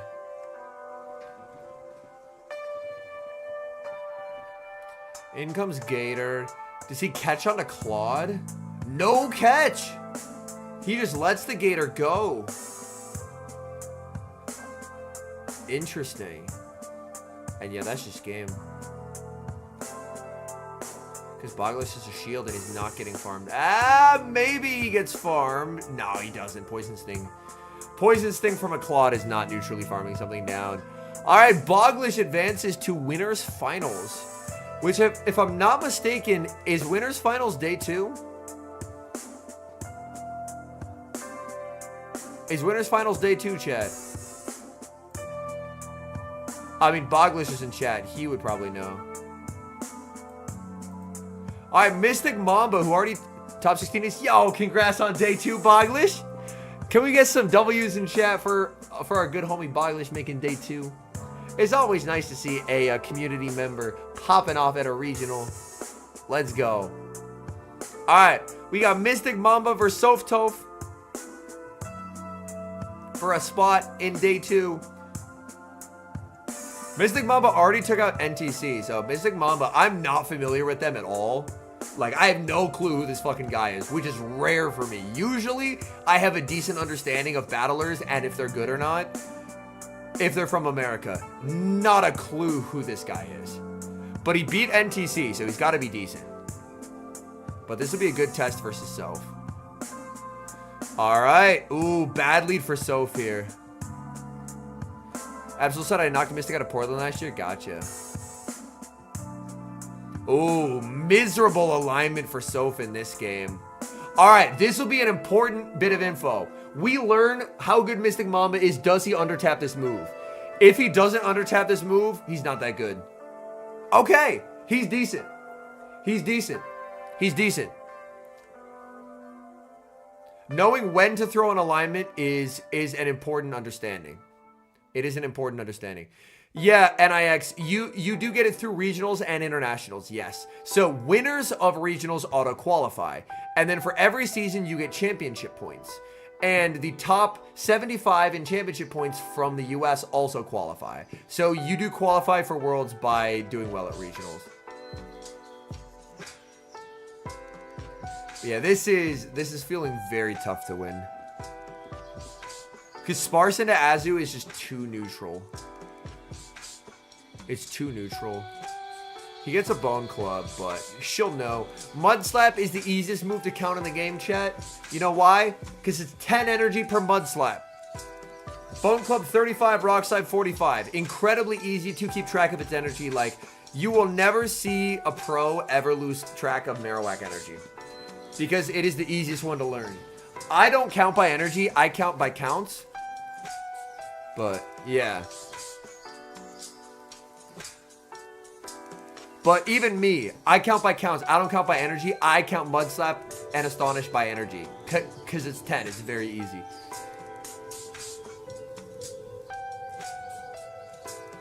Yeah, well, this is the place to do it, NAX. Because, I mean, Softo has hit number 2 in the world on the global leaderboards. And Mystic Mamba, from what I've heard, he's a pretty good battler. I'm just not familiar.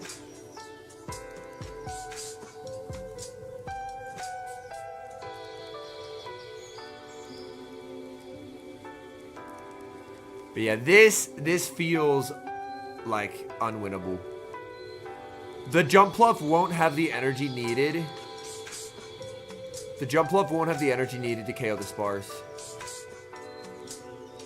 Like, if it was Shadow and had Acrobatics, maybe, but it's neither. That was Ramberto Pirate King Wings, and he lost to Soph last round.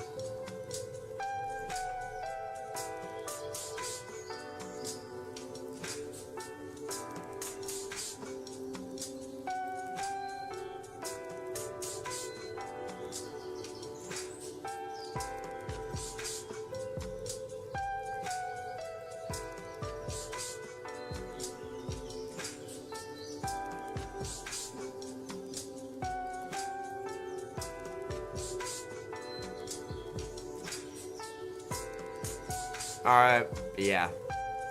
Doesn't do enough. Yo, what's up, Country Nerd? Welcome in. Mystic? Yeah. I am unfamiliar with Mystic, which is a rarity. Yeah, because even if she gets the double up, Azu isn't in range.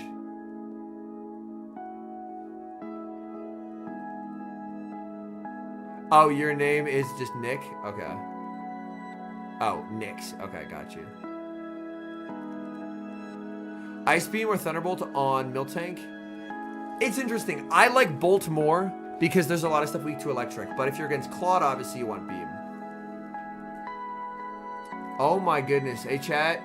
I have a bit of unfortunate information. Its Axon is out. Its Axon is out. Mr. Mamba is a very solid battle. He used to be very dominant in Sylph. Believes he's from around South Cal. It's Axon, won his first 2 rounds, lost against Shadow Mimikyu, who is an amazing battler. Shadow Mimikyu is great. And then lost in losers to Elite. Shadow Mimikyu's been like upper page 1 before, so Shadow Mimikyu's a great battler. But yeah, lost to Shadow Mimikyu and then faced regional champion Elite in losers. Alright. Game 2. Here we go. Toxapex into Dunsparce. Oh no. Oh no. He brought no counter to Gastrodon. He brought no counter to Gastrodon, chat. ABA to Gastro with Azu as your only counter, and Gastro's on the team. And the Azumarill is safe swapped. Oh my goodness. Chat, we're about to see a dead body. We're about to see a dead body.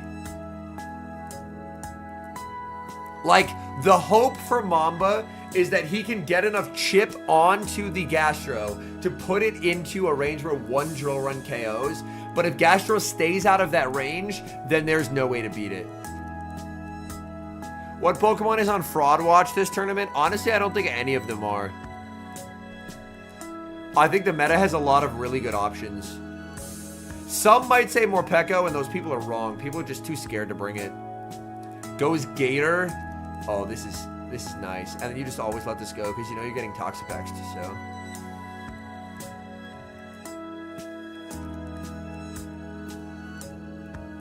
Yeah. And you just let this go. The favorite to take it this weekend? Ooh, that's tough. There's a lot of good battlers here. And then it's just Gastro time. Wait. I mean, he gets a brine. It shouldn't win him the game, though. It shouldn't win him the game. Yeah. It shouldn't win him the game. Yo, what's up, Flo? How's it going?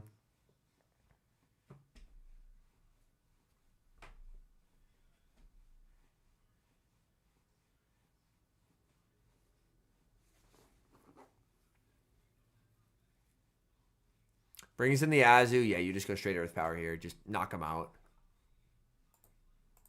Like, he got the chip he needed, but it shouldn't be enough for him to win still, because she's up energy. Axon went 2-2, unfortunately, so he is out. I know he will be pretty disappointed with it.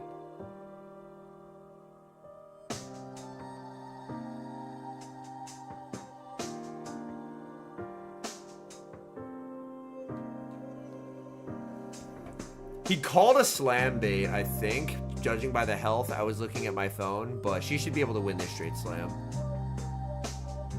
Best teams for Retro Cup? I think there are some very solid options. Like, Axon's still a little bit in the he wants to run what he wants to run. If he one tournament just says, I'm going to run good stuff, I think he's going to cook people. But he's a little bit in the, I'm just going to run what I want to run, which is Metacham, instead of, like, building the most optimized team ever. And that's a Gastro Cap tie, ladies and gentlemen. Body Slam doesn't KO here, but it does enough. But yeah, this... Like, bringing Gastro here was really nice, because it kind of forces him into changing what he runs. Because he was... I mean, Azu's coming every game from him. Azu's coming every game. But... if I had to guess, I'd say Azu Pluff from him next game. So for her, it's like Dunsparce Jump Pluff as the anti-play to that. But not having a Mud Slap resist, you will hate your life.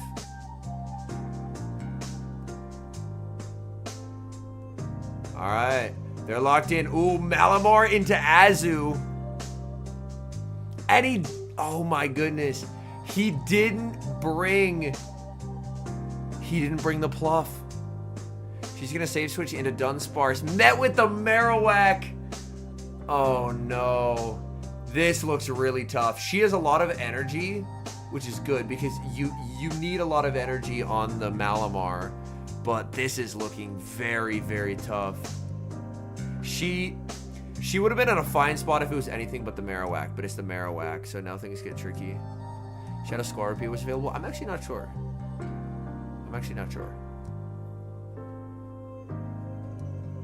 But yeah, this is very miserable for Soph. Yeah, because he knows if you have a good Marowak, you can tank 2 and never get rollouted down, and you just always cap tie here.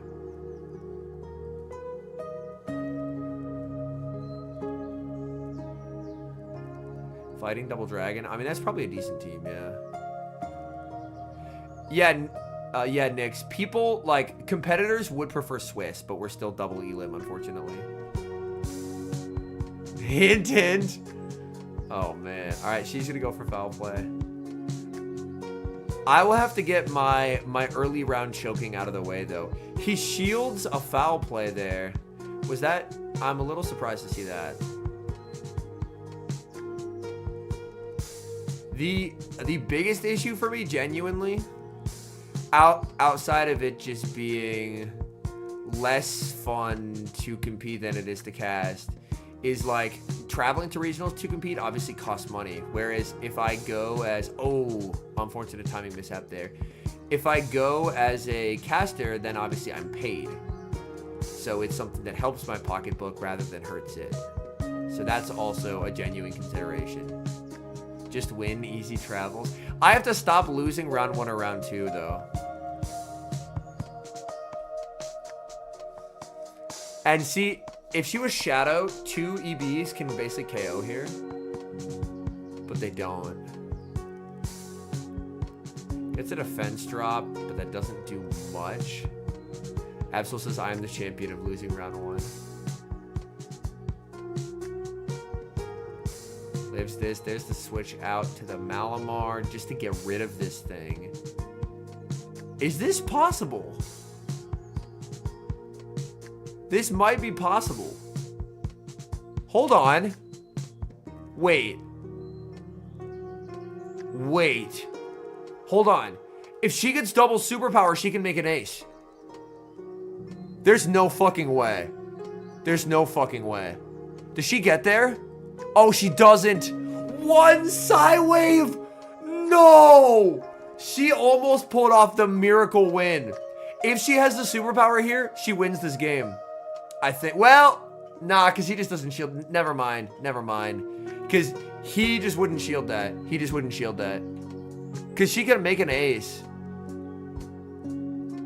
Yeah, damn.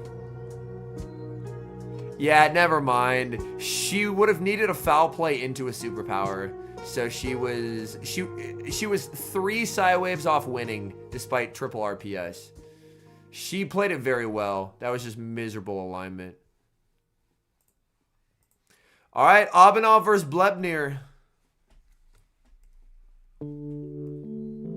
Ooh, terrible lead. Typhlosion into Ariados. 1 Sting and a save switch to a Azumarill. And they have identical backlines. That's actually pretty funny. They're both double water backlines. Shadow Typhlosion. I mean, it's basically only been Bleer running Shadow Typhlosion. But he's done quite well with it, clearly. Like, yo, speaking of, there's a Cyndaquil at my house. 471 CP. Yo, I got an excellent on it. I'm actually goated. It broke out from an excellent throw. That is crazy behavior. I don't think Clog misalignment will matter here. It's not an endgame. Yeah, people love double water. And that's why people think Morpeko can be sick. Because Morpeko, like, apparently only 4 out of 126 or however many brought it. But Morpeko's really good.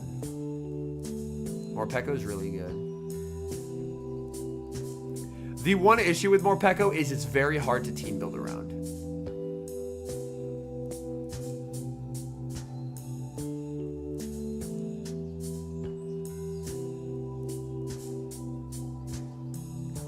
Can Abi farm all the way down here?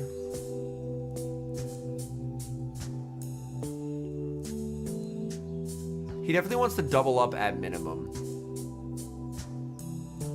Interesting. He throws 5 here. Because the bubble that sneaks won't register because it'll KO. I think it's just a graphical error, Polo. Like, his Quag's 1493. Good PvP IVs help, yeah. Because it's very glassy. 1 and a switch. Quag versus Quag. Yeah, this is...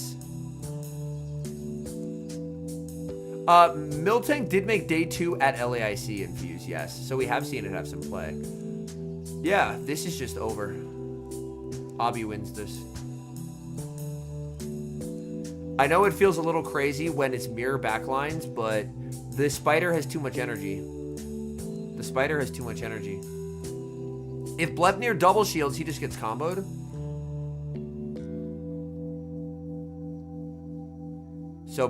So Bleer can't double shield.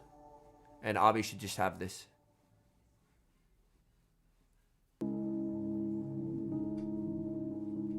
It feels odd, but stick with me here, chat. Stick with me here. Because if he shields this, then things get very hairy very quickly. Because then Spider gets a boosted lunge into Typhlosion. And here, yeah, he just gets the move and a lunge KOs. Well played by Ainov. Well played by Ainov. Lost lead, mirror backlines. Well played. Well played. Very nicely done.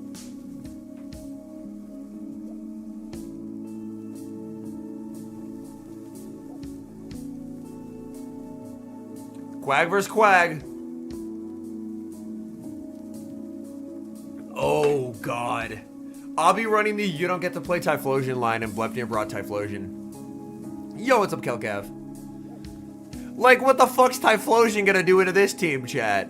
I will tell you what. Not a damn thing. Not a damn thing. It's not gonna do anything.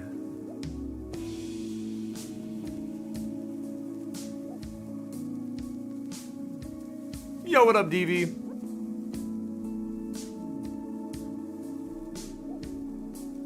Yo, that'd be pretty hype.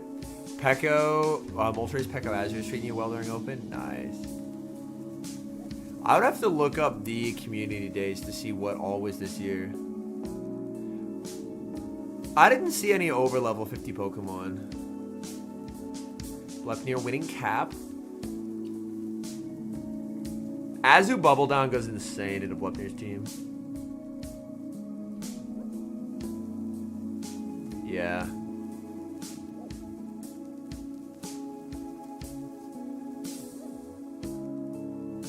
Yeah, this will be... I'm hyped from the throw safari balls at Galar Birds part of it. That, to me, makes it all worthwhile.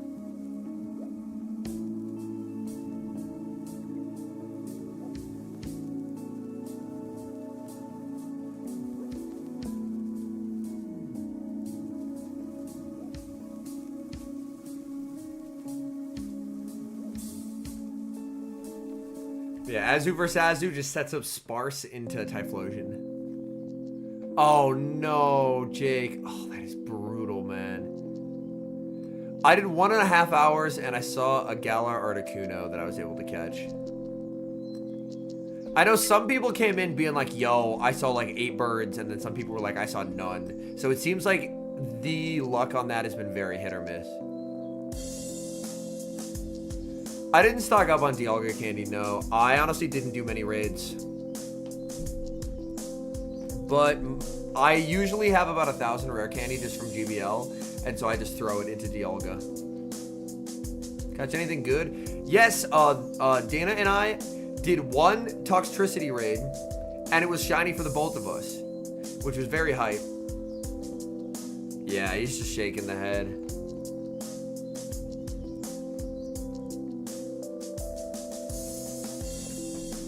Wait, how much energy does his Dunsparce have? Wait, chat, how much energy does his Dunsparce have? Sorry, the other thing, the Azu. Can the Azu get a move here into the Dunsparce?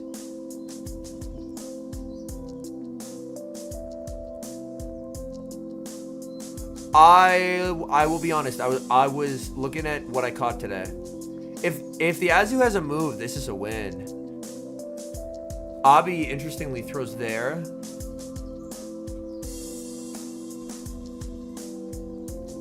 Does he have a move? No, he's 2 off, and Abi knew. That's why he overfarmed to there. Well done, Ainov. Well done. Precision by Ainov. He's going to take the win.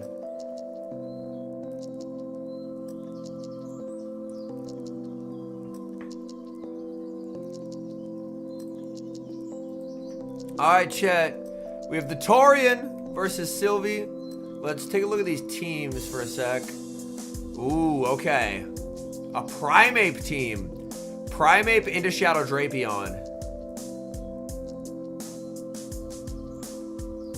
This matchup is so uncomfortable as the Drapion, because you can get fucking murdered with a close combat. But Aquatail does do a lot, but it's tough. It's tough. He's thinking about it. Toran with the last second shield. We're going to see a switch into the Mandibuzz. Toran didn't bring a good check to Mandibuzz. His line is a little soft to it. Like, his best check is the Drapion. So this is actually a little bit uncomfortable.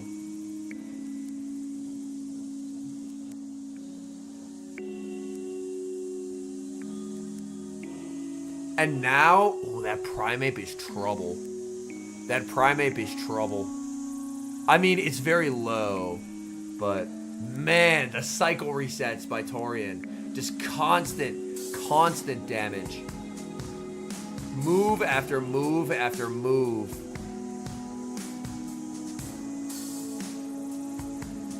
Hundo Weather Boosted Graveler. Yeah, my recollection is it's a decent raid attacker. Yo, does he just go for a sick Moltres farm? Oh, it's a cycle reset. Gops. If I speak, I am in trouble.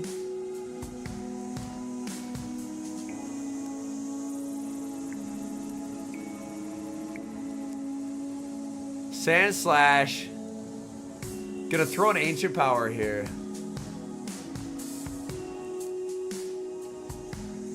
Ooh, shielded. A shield covers for like K-Whack in the back. But now since it's Gator, I think that shield just loses the game. Yeah, because Toran doesn't have to shield because it's a Shadow Claw A-Slash. And you kind of have to pray as the Primeape that you can farm down.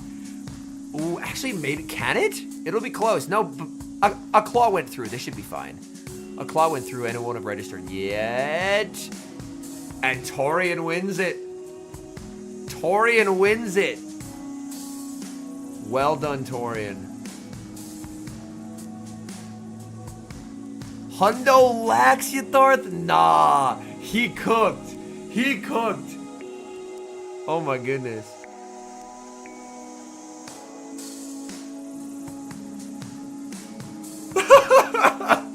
Chrissy. Oh. If you know, you know. If you know, you know. Yeah, Hundo Jacket Lax is such a flex. It's such a flex.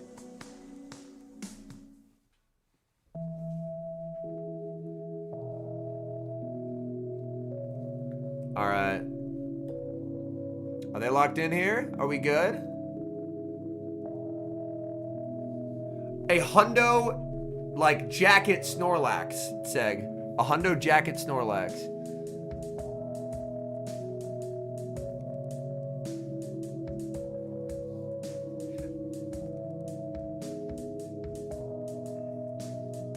$15, 14 lax? Yo, that's hype. Yo, Absol got one too? Sheesh! He catches, hoping for a Rage Fist, But that's a close combat on a Moltres. Oh, no! That's a close combat in a Moltres. Yikes.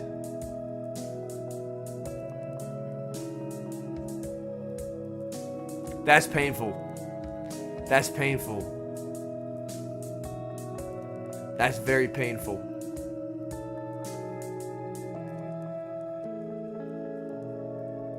Like, getting that catch of a Rage Fist would have been so cool, but that was not a Rage Fist. Oh, no. Doubled up here on Hydros is nice, but the Primeape is still loaded.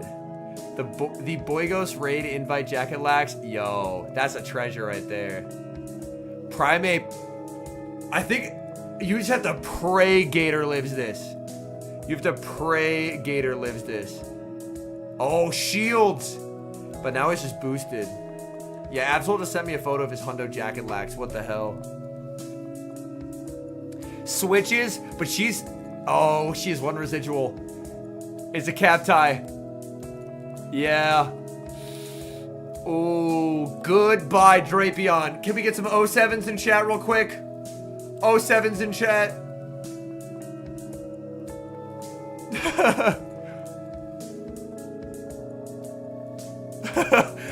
Goodbye, Drapion. We'll be seeing you in hell, buddy. Drapion gets absolutely cooked. That's the power of Primeape, though. Primeape is legitimately terrifying. Primeape is legitimately terrifying.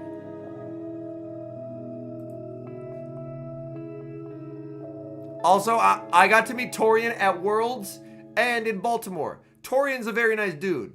So, let's go, Torian.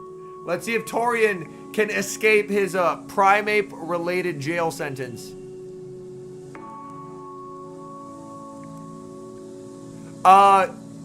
Davey, he got one turn bring in, but since she had one residual, it didn't impact things.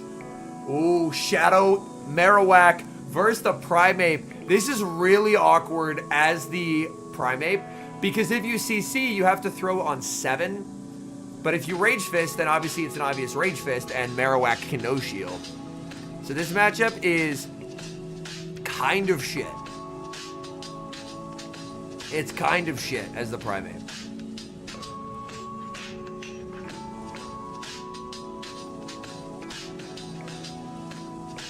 Interesting. Okay, throwing on 2 there. We'll get the shield back. Torian. Oh no! The catch and sneak! The catch and sneak! Oh, that is bad for Torian. Torian's gonna have to fight back. In comes the Drapion. But losing that energy is devastating. It's now going to be a flurry of Aerial Aces and Aqua Tails traded by these 2 Dark-type Pokemon. Neither one able to inflict significant damage, but this is a war of attrition. The good news for Torian is it's Gator A-Slash as the 3rd. And honestly, I don't think Primeape needs to be nerfed. Like, the nerf to Primeape is the fact that it is a wet napkin of a Pokemon. If you sneeze on a Primeape, it will faint. That is the balancing aspect of it. Ooh, a switch to the Primeape there. But honestly, getting rid of this is good for Torian. It is good for Torian. Like, you need this thing gone. You need this thing gone. And now we should see the A-Slash enter the field of play here. A-Slash hits the field. There's a crunch. It'll do a ton of damage. Sylvie lets this go. Oh, chat. Do you see what's going to happen? Do you see the vision? He brings in the Gator, and he's not throwing a move, chat. He's not throwing a move. He's farming. He is going old McDonald style down on the farm. Farming this Sand Slash all the way down. And that's just too much energy. In comes the Mandibuzz, and it's over. There's no way to win now. The only hope for Sylvie is to call a bait. But all this Mandibuzz is getting is an Ice Beam to the face. And Torian takes the win. Chat is spamming E-I-E-I-O, and I get it. Roll the dice. We haven't heard about the second half of the season yet. But yeah, let's go, Torian. You absolutely love to see it. And now we have Caleb Peng. Caleb Peng went to LAIC, brought Bastion on, did not do well because Bastion is awful. And now he's finally running a real team.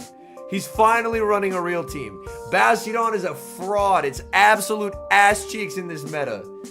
There is no possible way to disagree with the assertion that Bastion is ass cheeks in this meta. And he's going up against Existing Monkey, who has a Golisopod, which is very cool. He has a Basti plush, but yeah. Bastion is extremely bad. It's extremely bad. Ooh, devastating lead for Existing Monkey. Marowak into the air slash, and air slash Mandibuzz truther. Air slash Mandibuzz is sick. It's sick. Yeah, Caleb is a YouTuber, yeah. He doesn't post a ton anymore, but he still posts. But yeah, air slash Mandy is very good. I would dare to say that to Basti's face. Did you know that Basti loses the 2s to Morpeko straight Aura Wheel? If you can't farm down a 1600 stat product Pokemon, you are the biggest fraud alive. You are the biggest fraud alive. Bastion is ass, and it's great. So many people molded over asking for a Basti nerf. It was objectively the right thing to do. It was objectively the right thing to do. It was just the correct thing. It was just the correct thing. Caleb's just gonna let this go. Oh, man. Shadow Claw down. Come on. You want to do it. You want to do it. Yes, sir. Oh, Existing Monkey's like, I hate my life. I hate my life. I hate my life. I hate my life. I hate my life. Oh, this is gonna be a massacre. Oh, jeez. Yeah, this is just over.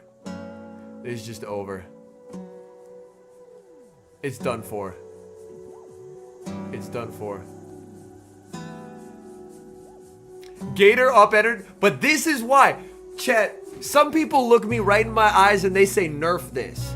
You mean to tell me the Mon that doesn't need switch advantage and instead can support a fluid, flexible playstyle, that's what we should nerf? Look me in my eyes and tell me that's what we should nerf. You can't. You can't. Because it shouldn't be nerfed. And a catch, oofda. It shouldn't be nerfed. Absolutely no way, no how. You can't nerf Gator. You can't nerf Gator. It's so neutral, man. Yeah. There's a reason why Gator being neutrally strong and Basti being neutrally strong, one is good and one is bad. Basti being neutrally strong because Basti had no flexibility. It had no flexibility. It was a giga tank that overpowered things neutrally, but either hard won or hard lost. So there was never a time when you would have a Bastiodon like beating a Metachamp. It just didn't happen. It just didn't. But you had plenty of games where Gator beats stuff that should beat it because you get up energy or up shields. In this meta, Shadow, Hussein. Carbink is underrepresented because Claude is back to being very strong again. But yeah, I'm a big Feraligatr stan. I was team nerf RPS Fish Lantern to let Gator be freed. And man, I don't think a take has ever aged better. I don't think a take has ever aged better than my nerf Lantern to unleash Gator take. I don't think there has ever been a better take of mine than that. That was the handsomest take I've ever had. Claude into Sparse, very neutral. I would prefer to be the Claude here. Like, I've had some takes that are stinkers. I'll admit it. It happens. But man, that take aged like fine wine. Yo, wine actually sounds terrific right now. I don't think we have any in the house. A little sad about it. I agree, Davey. That's why Yo, what's up, Kit Kat? Were you on Crunch? Like, what I like is it's more of a skill-intensive meta. Where, granted, I think that when we see the move updates, I don't think we're going to see big sweeping meta changes. I think the sweeping meta change that we're going to see is the addition of Galarian Corsola. It is Galarian Corsola. That's basically it. I'll be honest, I didn't agree with nerfing Mudshot, and nerfing Mudshot ended up working out well. So that's a take of mine that didn't age particularly well. I didn't see the vision. Galarian Corsola releases on the 27th. It'll be in 7k eggs. What's its moveset? It is a pure ghost type, it's Steelix bulk, and it's Astonish Nightshade Power Gem. By the information I've just told you, you will know that you'll be like, holy shit.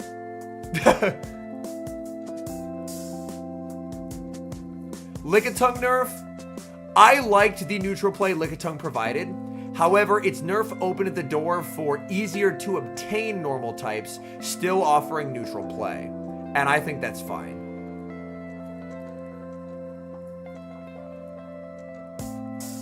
Yeah, so I wasn't a huge fan of the Lickitung nerf, but what it did is new bulky normal types that are easier to obtain now occupy the space, and I think that's a net positive. Yeah, stab Nightshade on Steelix bulk. I do think Corsola's influence on the meta will be a negative one. I do think Galar Corsola's impact on the meta will be a negative one. Because the path of least resistance is to RPS it with stuff like Diggersby where it has no coverage.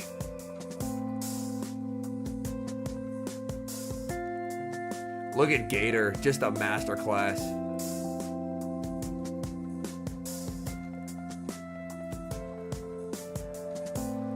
Talking counters, Dunsparce. Anything that resists Astonish is going to do great. Anything that resists Astonish is going to do great. But yeah, chat, look at this. Caleb played a lot of garbage RPS show 6 lines. And I don't think he'll even get mad for me saying that. It's just factual information.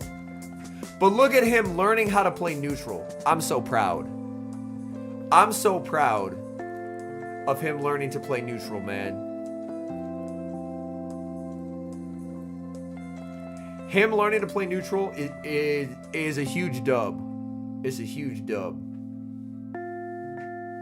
Because this is way more exciting to watch than just Basti RPSing shit. Shadow Galar Lidude Corsolas. Yo, that sounds fun. Yo, Shield Poke? Shield Poke! Yes! Oh, we're living today. Chat. We get a Shield Poke. Oh, let's go. Fun fact for those in chat. A shielded move does 1 hit point of damage.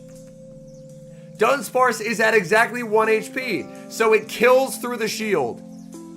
That's such an elite mechanic. I love that mechanic because it's if you know, you know. Like, it's such a funny mechanic, man. Yes, AP. It'll have to clear copyright, but it will go up. All right, it's the C2U, and who's he playing against? Andy Lee. Okay. Oh, sorry, Andy. Exactly, Haley. Exactly.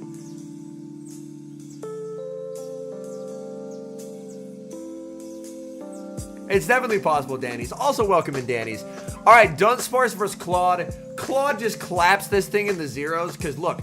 2 EQs actually add up. Oh, he safe switches into Malamar. Interesting here. He's using this as a lure out for Azu. Oh, I don't like how Andy played this. I immediately dislike how this is played. You would want to throw 2 drill runs there. if you're going to throw it. You would want to see 2 Drorans thrown to try and force the shield or set up a bubble down. But this is a weird, awkward mid-ground. So I don't love the play pattern here. I believe there's a useful defense bulk point, Buddha. So I would see if anyone's down to lucky trade you one, because it can be a good target for lucky trades.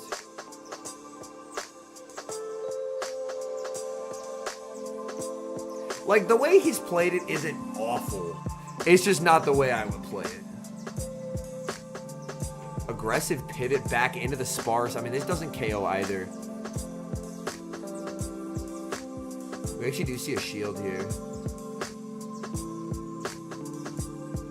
Where one throws super effective moves and the other wins the matchup. That's the power of same type attack bonus. Shiny Gallery's Zapdos within 30 seconds, then no birds the rest of the time. Dang.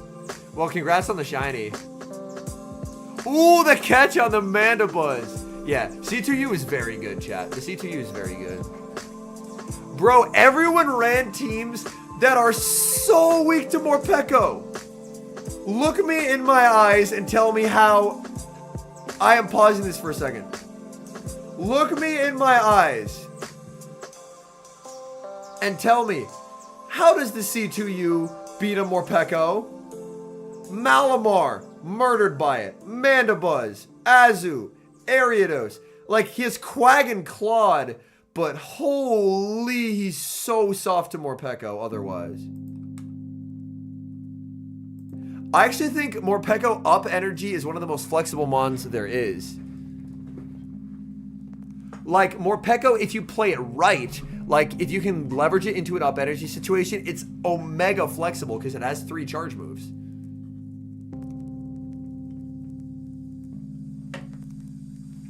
What moves do you run on Morpeko? Thundershock, Psychic Fangs, Aura Wheel is the only correct moveset.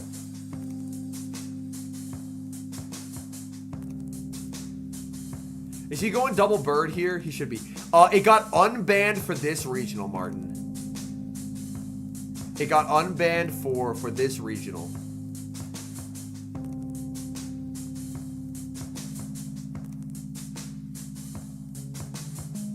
So it was previously banned, but 0.339 fixed the issue with it.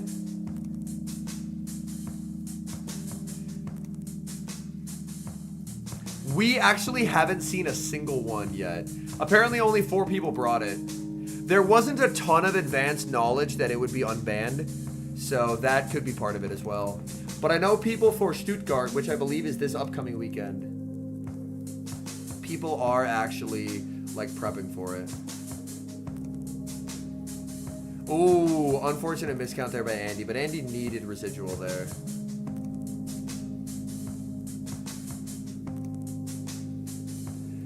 Neo brought it? Okay, gotcha.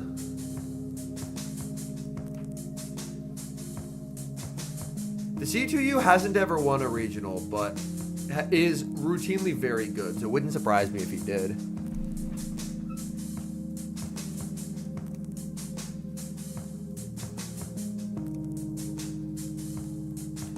But yeah, chat, I haven't heard about the second half of the season yet. I put in my availability. It literally just comes down to when they decide to... It entirely comes down to when they decide to email us and tell us the second half of the season. Obviously, once I know, I'm not able to say for a while, but I can say that I know what regionals I will be casting or if I'm casting them. Like, but currently, I just don't have that information. Yeah, Drapion being pretty fraudulent into Azu is a very interesting turn of events. But we're fingers crossed that they'll give me a couple. I am baseline expecting 1. More than that, I'll be very happy. Obviously 0, I'll be very sad. But I feel like I put out good tape. So, yeah. It just comes down to whether they decide to. Whether they decide to go for it, but... I feel like I put out good tape, so it's unfortunately a little bit out of my control. Yeah, I am available for literally every regional. Yeah, so when they asked for availability, I was like, I am free for all of them. This Quag being so healthy is a huge problem for Andy.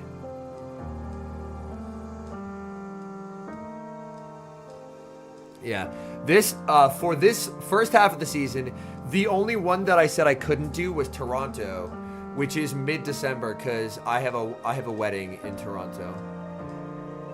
Yo, that'd be high, Brady.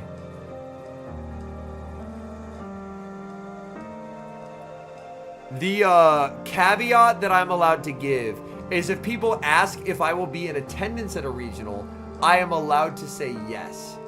I am never allowed to answer if I'm casting a regional until it's been publicly announced.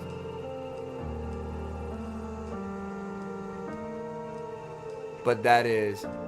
Yo, casting with Fareed would be awesome. Worlds... I will be very... What about... Wait. Yeah, Toronto's the one that is mid-December. Yeah, that is the one that I put in that I can't do. Yeah. There are no drops, Goosey, no. But yeah, Toronto's the one that I can't do because I have a wedding to attend that weekend. Cursula looks kind of mid, to be honest. Its stats don't translate well.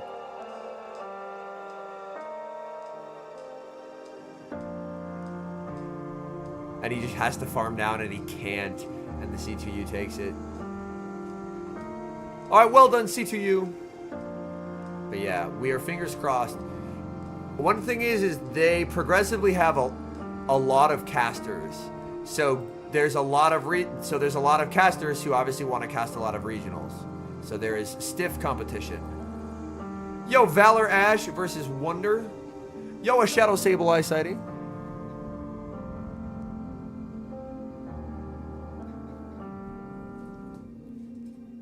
I would love to go to Canada. I have a passport.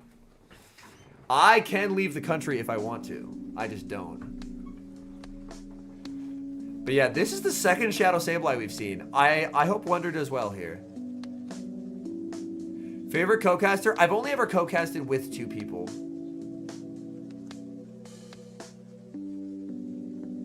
Valor Ash is a handsome man. This is true, Gobs. Alright, Dugong into Clodsire.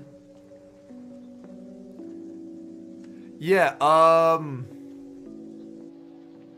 Ooh, sends in Claude, tries for a play rough catch, doesn't get it though.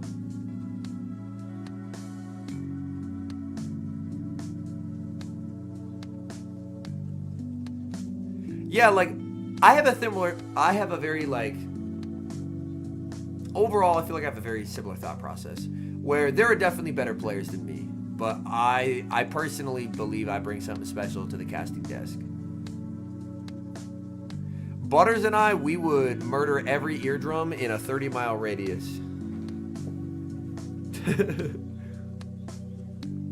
It'd be fun, though. Not saying it wouldn't be fun. It'd be fun. Butters has been the other, like, in the other casting pair a couple times.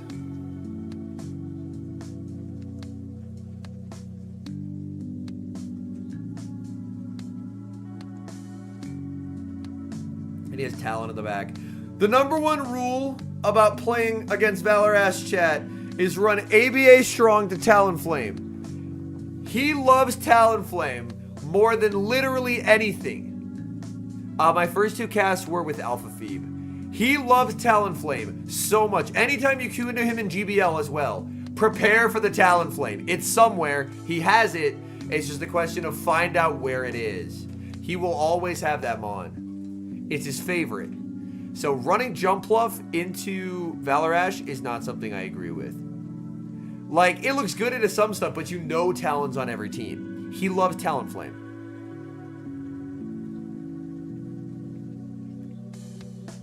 Talonflame's his boy.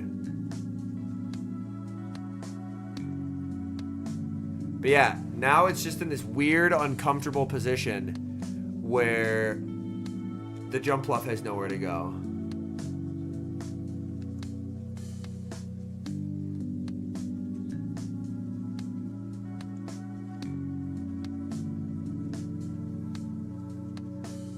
Ooh, the shield. Watching the Jets game now too. Let's go. Hype. Also, chat, you'll be excited to know I have recorded this upcoming week's second channel video. It is done. So there will be a second channel video this Monday. And it is more new content that you have never seen this style of content anywhere else. I've had some very interesting ideas for a while, and I've just been too scared to try them on the new channel. So we're going to try them on the second channel. And I think after posting this next video, I think I will meet the monetization requirements. So that way the channel, oh, that's a nice undercharge. That way the channel will actually get like invited to the YouTube partner program. So I can be a 2 times YouTube partner, which will be exciting. Because you have to meet certain requirements to get the partner program.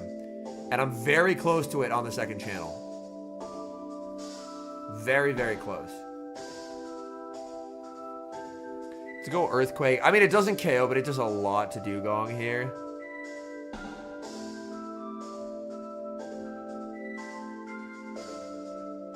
And Talonwind's Cap.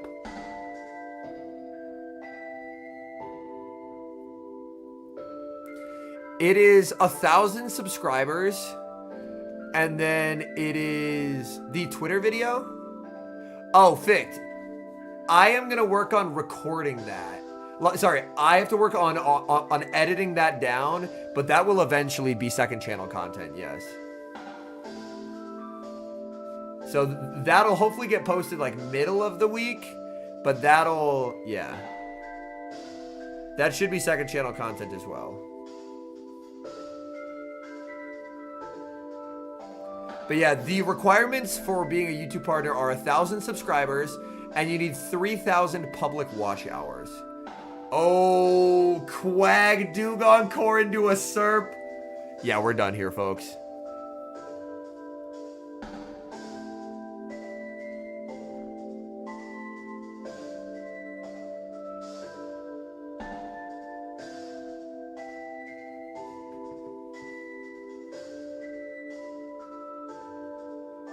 It's 3,000 hours for, like, at the very least, the last time I checked it, it was 3,000 hours.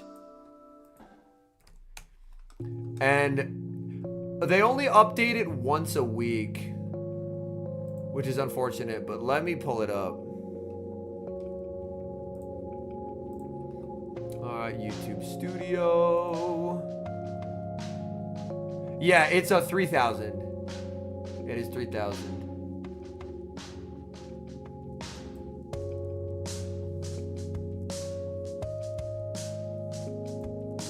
Valor Ash's loyalty to Talonflame must be studied.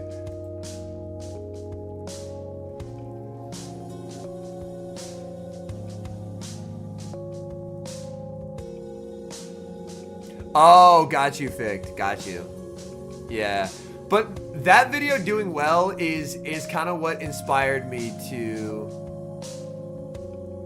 That video is kind of what inspired me to, like, I should try some of the fun ideas I have. But yeah, chat. How many of you are familiar with the concept of chess puzzles? How many of you are familiar with the concept of chess puzzles? Where you are given a situation. You are given a situation in the game, and you have to try and figure out how to win it. This second channel video is me showing people half of tournament games, pausing it, and making you pause the video and say, how do you win this? So you have to pause the video and think in your mind, how do I win this? And then you get to unpause it and then watch the second half to figure out how did the battler win it? To help people see win cons and identify win cons in new ways. Yes, that video will come out on the second channel. It will be a bit later it'll be, I think, Monday afternoon / evening.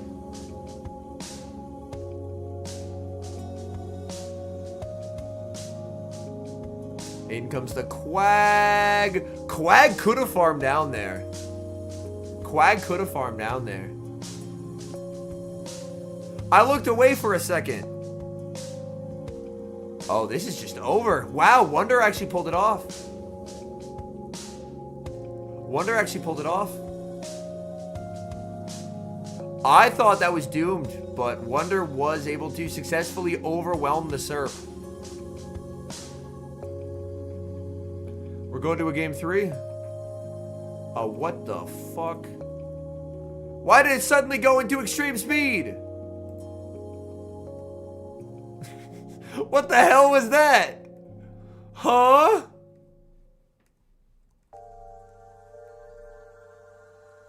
Brother, why did it go to extreme speed? Okay, here we go. Yeah, extreme speed moment right there. Ooh, no. ABA to Gastro? My goodness. ABA to Gastro. Oh boy. This is brutal. This is brutal. Yeah.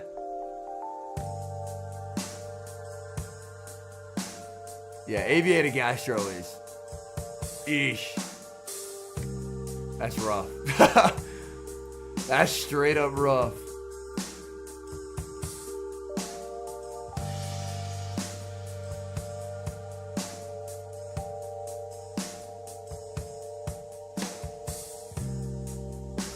In comes Dugong, but Dugong gets hit with an Earth Power. Yeah, ABA to Serpent pulling it off is actually crazy. That should just be a lost game, but Wonder was able to fight back. Yeah. Farm with Dugong is nice, but losing that amount of health is really tough. Because you're already putting yourself into, like, play rough bubble range, which is an unfun spot to be. But yeah, holy. I just looked at the second channel. That video is at 14,900 views. That's actually insane. Second channel video is cooking. That channel doesn't even have 2,000 subscribers. That video went off, man. That's crazy. Yeah, and you just bubble down here. Thank you to everyone who watched that. I did post a main channel video today, yes. Snag a link to the second channel? Alright, I'll grab it one sec.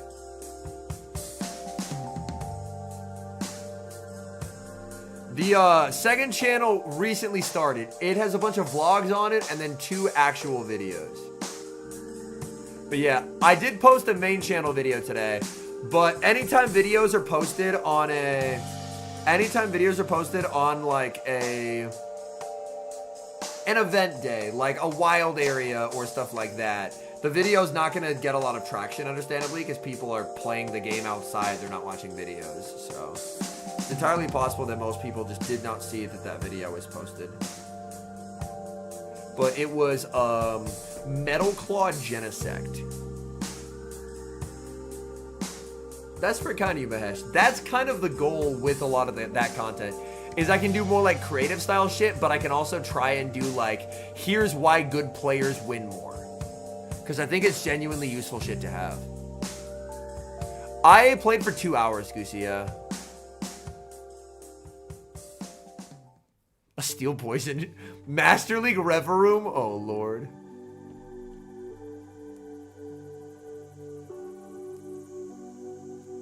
But yeah, if you're interested in checking out the second channel stuff, yeah, I did post the link. Yeah, the fact that I made a video on it and they still didn't fix it is wild. Because I know, I have had employees. Oh, gets the farm down. But the issue... Is this a tie? I think you just bring in Azu here and force him to throw. Yeah, and then Gastro wins it, GG.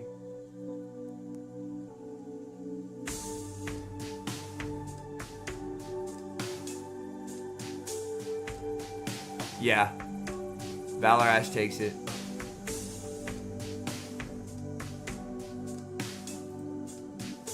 Alright. Oh my god, Chet, he's back! He's back! PCF! He's back! Oh my god! Shadow Gyarados, Shadow Cresselia, Scrafty, Shadow Typhlosion, Shadow Bayleaf, Shadow Piloswine. He's back, and he's against our Ferocio, who has Claude, Ace/, Shadow Gator, Moltres, Annihilate, and Superior. Holy shit. Bro, I think if he wins this, he gets day 2. I think if he wins this, he gets day 2. If he gets day 2, I don't care. He's the greatest player of all time. He's the greatest player of all time. You don't Fict. Like, but Fict brings up a very valid point. If you see this shit, how do you team build into this? Like, good lord. That's a nightmare to try and build a team into. All right, here we go. We're set. Okay, it looks like we had a Crest. Okay, we start mid-battle. It looks like it was Crest into A/, and then a safe switch Scrafty answered with Annihilate. So, obviously not off to a great start. However, 2-Shield Typhlosion can do something. 2-Shield Typhlosion can do something. So, this obviously does not feel great in the moment, but 2-Shield Typhlosion can do something.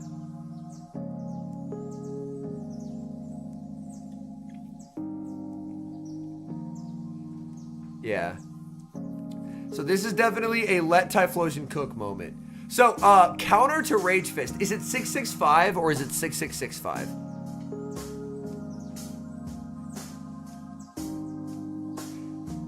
Oh, he gets denied? Oh, that's unfortunate.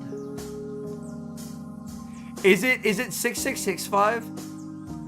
Ouch. Oh my god, he didn't get denied, it's confusion! He didn't get denied, it's confusion! Oh my god! He is up energy. Nah. We will study this man for generations.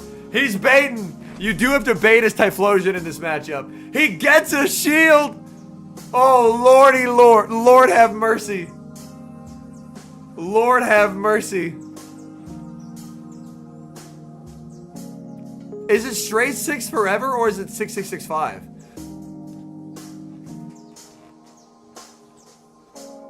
Straight 6 for the first 5 Rage Fist? Okay, thank you. So 666665. Okay. Does he bait again and does it save him? It actually doesn't save him because he's 2 off. He's 2 off. He just lets it go. Yeah, he knows he can just win this with A/ at this point.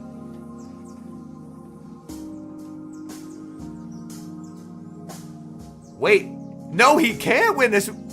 Oh, but it's confusion. He lets him get there? What is happening? You can't shield this. There's a Thunder Punch. This game is utterly absurd. Okay, he has the double draw run. He wins. Oh my god. What is this regional, man? What is this regional? Holy shit. Alright, our Ferocio takes game 1. I know he's got to be stressed out of his mind. Yo, they're smiling about it. So it's Confusion Cresselia too. Oh my god, Shadow Gyarados. Finally the Shadow Gyarados comes to play. Finally the Shadow Gyarados comes to play. And it wins Cap. Oh my god. It wins Cap. Dude. Typhlosion is gonna eat this man alive. How does he beat the Typhlosion? How does he beat the Typhlosion? Switches into the Cresselia. Oh, but he gives it farm. No. He gives it farm. Let's go, Caligon. Giving a farm is rough. If he had aggro switch Typhlosion, he would have been so winning. He would have been so winning.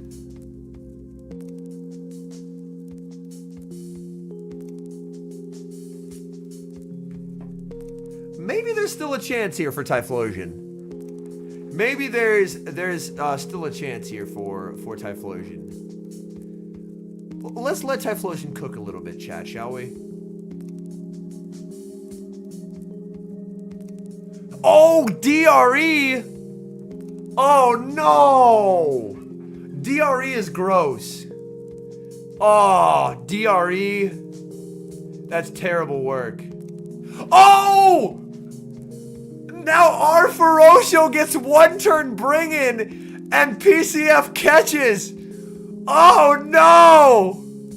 Everyone's getting one turn bring in. Oh Lord. PCF got one turn bring in. Then our Ferocio got one turn bring in. It evens out, chat. It evens out. It evens out. Yeah, what is this game? What is this game? This is Shadow on Shadow. This thing is fucking dead. Goodbye for Alligator. Oh my god, PCF's one win away from day 2. He's one win away from day 2. Come on.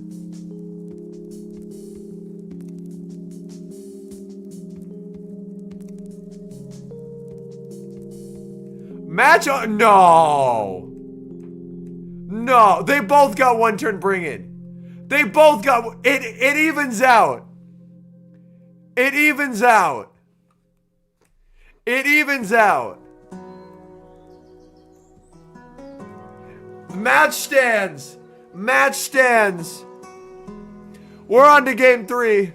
Come on, PCF.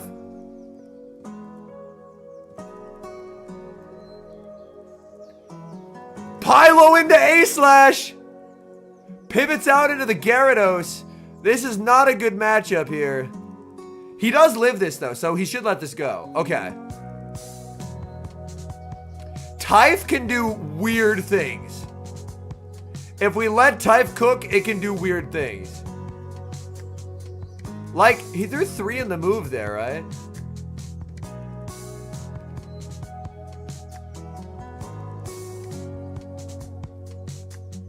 Oh, he doesn't get there. That's actually really bad. That's actually really bad. I think the dream is dead. I think the dream is dead, chat. Yeah, the dream is dead. Nope. Typhlosion's down a shield. It can't cook. It can't cook. It can't cook. The dream is dead, chat. His Pylo gets aped. Call a bait, please! Damn. The dream is dead. This team made it damn close to day 2. But yeah, the dream is dead. Counter just does too much here. Counter does too much.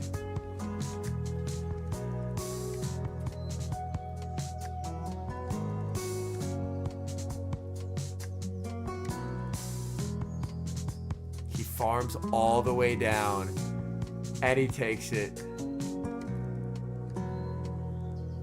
GG. Like, you can call it, but it still does too much.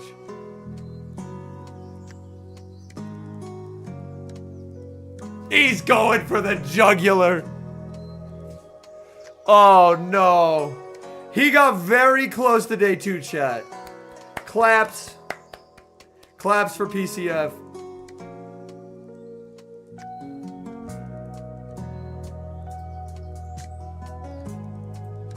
Alright, Eomo versus Softo. Winner moves to day 2. Eomo with the regular Sableye. And Soph running the Gastrodon.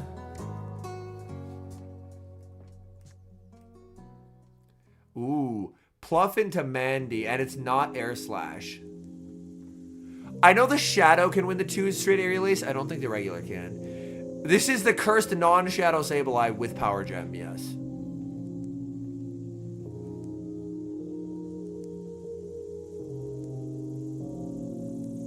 Drape answered with Quag. Baiting out Quag is really good for Soph. Really, really have to bait that out. Because obviously there's Sparse in the back, but Sparse is going to get annihilated. No! A dream dies in this moment. Also, you have to Stone Edge here. Because Soph Shield's predicting a Stone Edge. Because if you Stone Edge, that's the only way you win zeros is Quag. Although this is a regular Quag. Hold on. That's Trooper Shadow. I don't know about the regular matchup.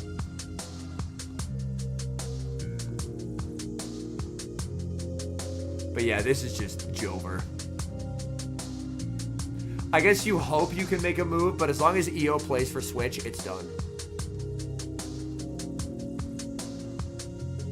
Gets the crunch. EO shields. Game done. Game done. Damn. Yeah. Stone Edge does 8 billion damage, and yeah, Ape just absolutely destroys Dunsparce in the back.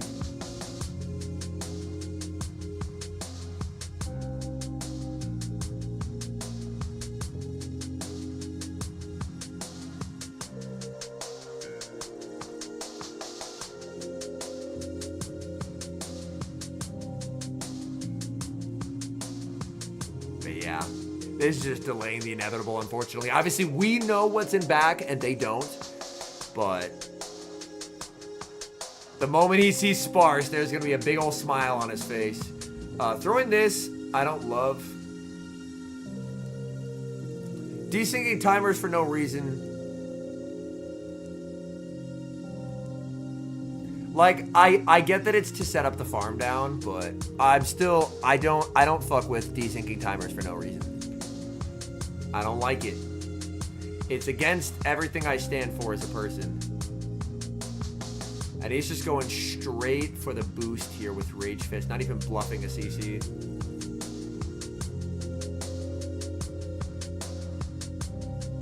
Yeah, that ends up not being a great Rage Fist because the Rage Fist didn't deny a drill run, so throwing the Rage Fist was just an error.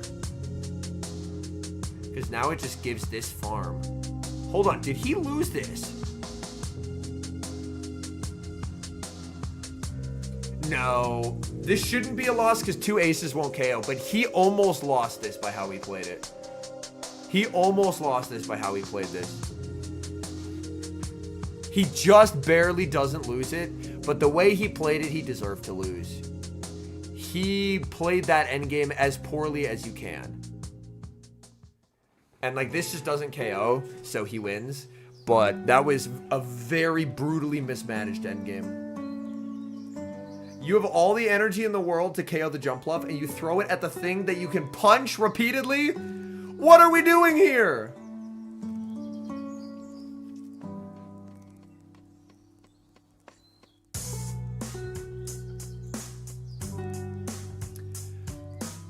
Soph gets 1 turn bring in, but it doesn't matter. She was 3 off.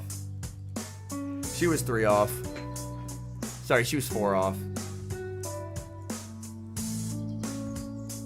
And the damage does register. So she goes like, okay, but yeah, the damage registered. But yeah, 1 turn bring in has been so bad at these regionals. All right, great lead for Soph. Soph really needs switch here. But if you go down a shield to do so, it gets uncomfortable.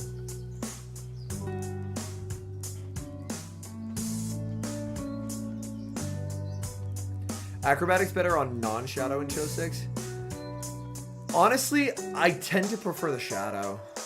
Just because the shadow actually does damage. Oh, well that helps her quite a bit. Him just giving up swap like that.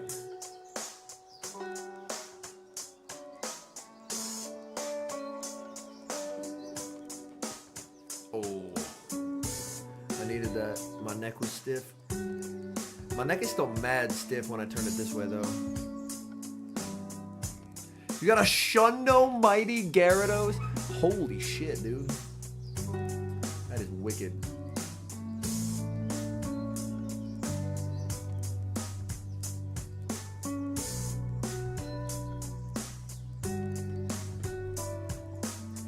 Yo, what's up, Valley? My day one was pretty good. Played for a couple hours, managed to get a very high rank Ultra League Galar Articuno. Wasn't the Moltres I was hunting for, but I'll take it. We never know what could get buffed in the future. Regular Hundo Mighty Gyarados? Yo, that's still a great get, though. That's awesome.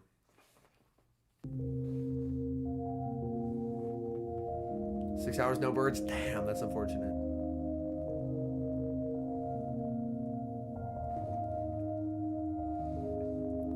Can it get Psywave? See, that's something I would actually support getting Psywave because it sucks. Mons that suck can get Psywave. Yes, Juanissimo, it might be very late tomorrow because I am having some guests over tomorrow. So it might end up being a very, very late one. Like starting at like 8 p.m. Central, like 24 hours from now. But it'll happen.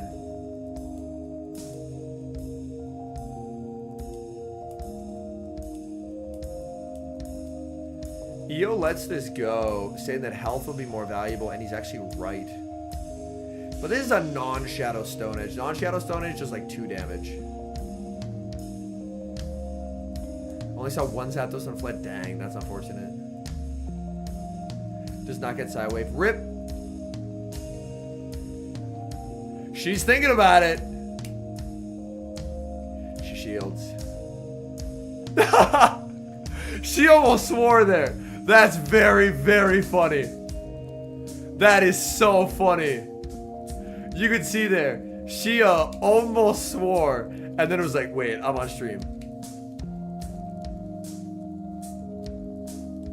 That is so funny. Psywave Starmie would actually be wicked. Like, there's a lot of interesting shit that could happen. So, with enough mud shots, that actually KOs. Alright, Eo takes it.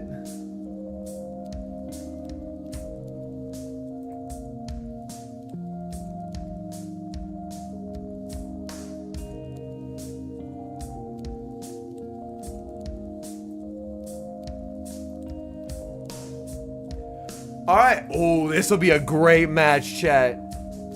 Acepex, Roar of Time extends the timer on your daily incense. So it freezes the timers so you get more hours to do it with.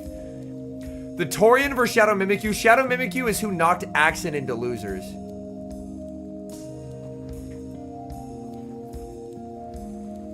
So this will be an amazing matchup. Both are really good battlers.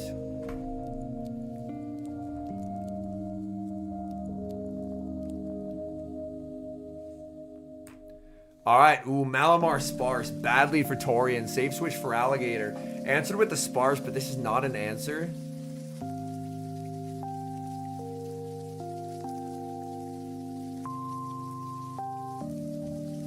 And Mimikyu actually gets to throw first here. Gonna no shield. Look to Hydro. Does Mimikyu risk an undertap just to try and win zeros?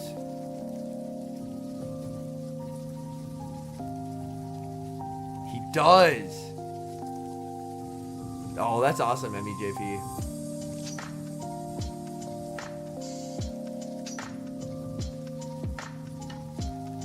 Throw here. Mimikyu, unless he wants the double shield rollout down for swap. Like, if he shields once, he has to shield twice, so he's just gonna let it go.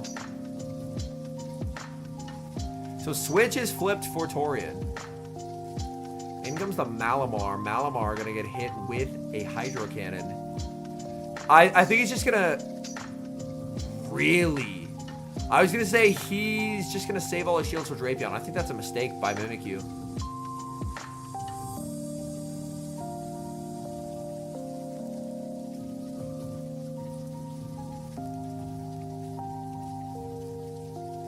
Yeah, I think that's just a mistake there by Mimikyu. Yeah, Torian's just gonna let this go because he knows Dunsparce wins ones. So he just keeps farming. Oh, interesting! This is an interesting play by Torian. I mean, it's a -2 superpower. It's not gonna do shit. It makes sense when you don't know third. I guess so. But Torian's a demon. We know this. We know Torian's a demon. I mean, this doesn't KO. Yeah. This just doesn't KO. He's like, nah. Nah. Come here. He just gets to throw 8 billion drill runs.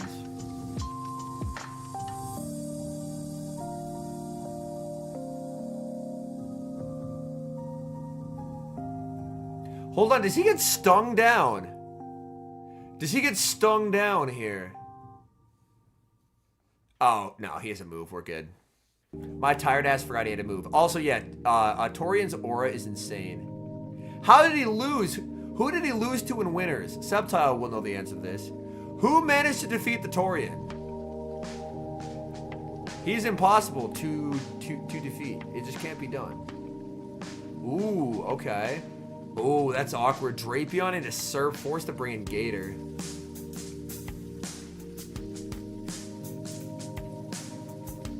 This is uncomfortable. He's gonna shield, but he's always behind now. And there's a switch out into a Azumarill. This is awkward.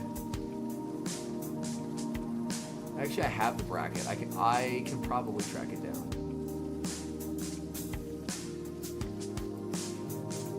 Oh, this is winner's semis. It said loser's semis at first. Hold on. Yeah, didn't that say loser semis first? And now it says winner semis. Dude, Graphics Man is fumbling today. Graphics Man, I could have sworn that said loser semis and then they updated it. Someone in chat tell me I'm not crazy, please. Someone in chat, please tell me I'm not crazy. Yeah, I'm pretty sure when it first showed up, it said loser semis. And then they fixed it. I'm crazy? Oh no. It did say loser semis. Thank you. I'm not crazy. So Torian hasn't lost. Torian hasn't lost.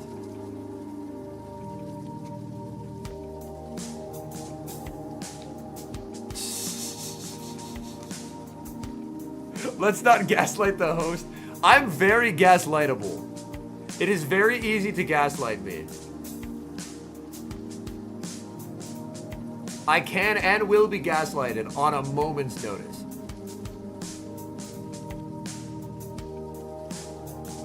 If you tell me Gullible is on the ceiling, my ass will be searching for it.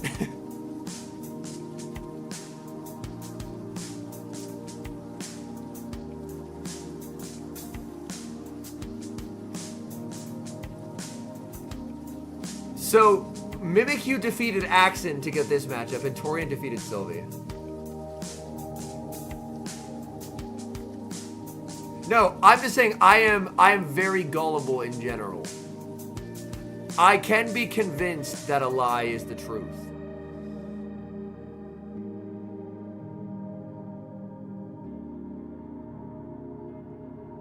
Yeah, you just ace.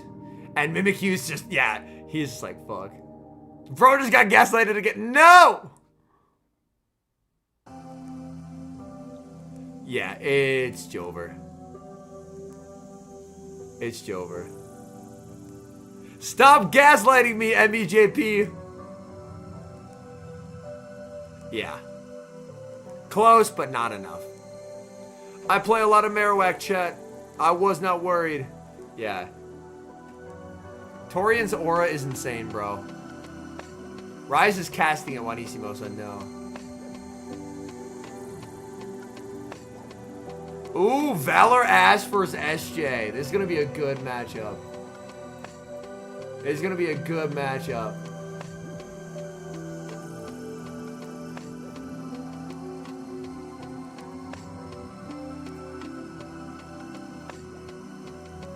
Also, literally the handsomest matchup ever.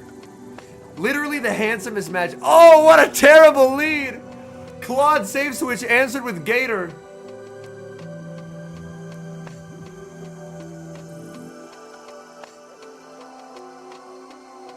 It's actually a good line by Valor Ash. God, this is actually a really good line by Valor Ash. This line, bait out Gator. Because if you successfully bait, you win ones. He clicks Sludge Bomb. He clicks Sludge Bomb. That's a mistake. No. He clicks Sludge Bomb. SJ can no shield. SJ can no... Yeah, it's a Sludge Bomb. That's a huge error. That's a huge error.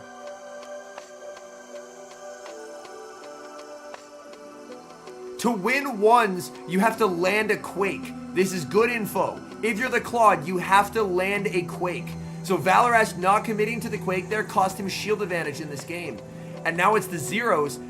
His Moltres could have tried to win that game if it was up a shield. Now it's evens and the game is instantly lost because he did not play to the winning shield scenario.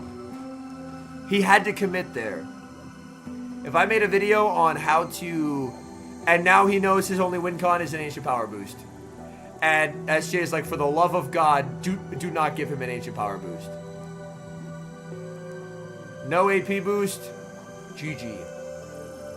But yeah, the first Sludge Bait was a good one. But the second, you have to commit to the Quake there. That was a huge error. But yeah, this is over. Yeah, Valor Ash is in a relationship with Mama Clems, yes. But yeah, that's an uncharacteristic error from Valor Ash, who's usually very spot on. He's usually very, very spot on.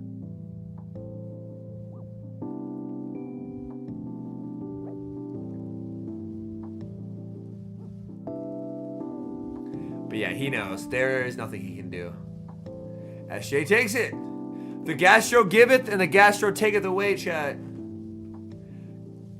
Dog, the fact that it took 4 Fairy Winds there is crazy. I get to skip all this replay. How close are we to live? Damn, we're only an hour behind live. We are catching up.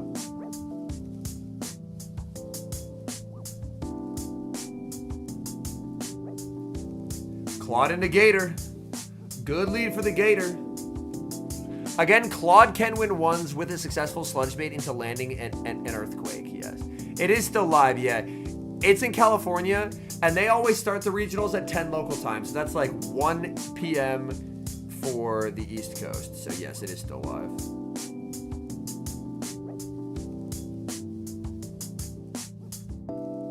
Bro, I missed the Safari Balls already. He is going to successfully Sludge Bomb bait him. And now he's clicking on Earthquake. No, he clicked Sludge Bomb again! The same shit twice? Oh, no. He just pivots and wins.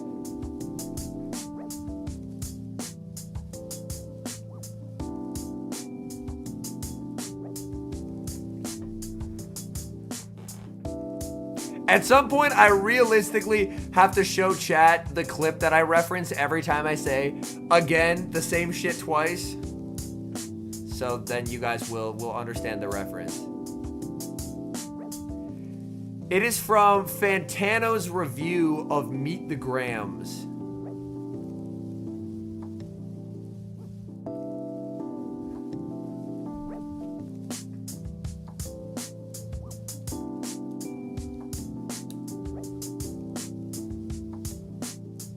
When he talks about Drake hiding another child, and then they're basically like, how did you let your ops get you in the same way twice? How did you let that happen? There's no way you should have let that happen.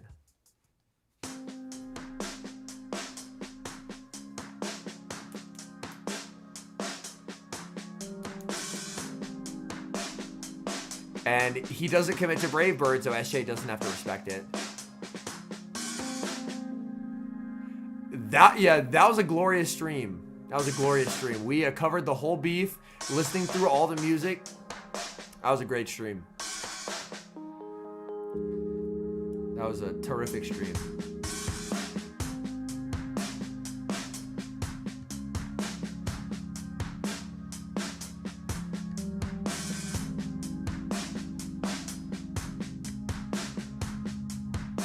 Yep. And they exchange their GGs. SJ takes it. Honestly, I haven't listened to much of it. I saved it to listen to later. But I haven't had a chance to listen to most of it. Tony Jr. versus King Magikarp. Also, by the way, chat, as a reminder, King Magikarp, clearly a child. There are like roasts we can make to adults that we will not make to children. As long as everyone's okay with that. We're all okay with that? All right. TLDR, be nice to the child even if they make mistakes. They're a child. You can call an adult a bozo. Calling a kid a bozo is a different thing. Granted, I don't know how old he is, but he looks very young. So we are going to be kind to the child.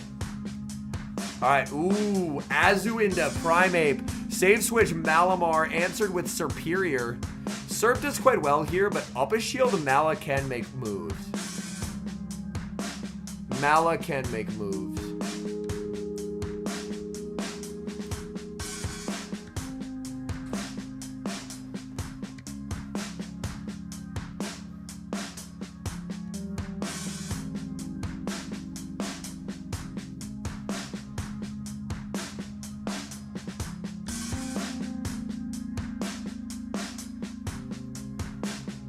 He is going to shield and farm all the way down.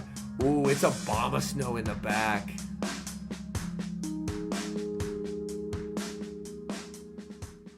This should basically just be a win. Like, nothing wants to take aerial aces on this team. Wait.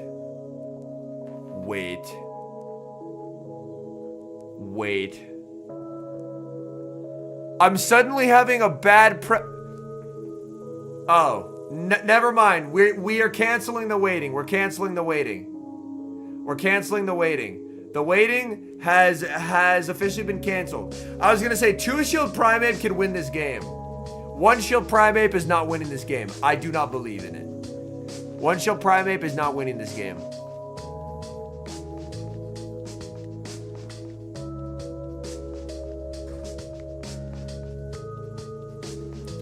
If he saved 2 shields for Primeape, I genuinely think Primeape sweeps. I genuinely think Primeape sweeps. But it's a 1 shield Primeape, so that's just a mistake.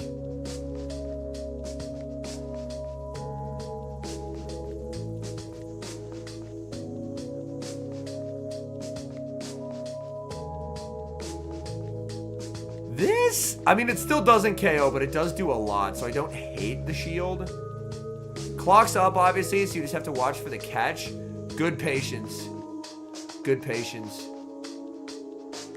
Good patience. Yo, what's up, Neon? Welcome in.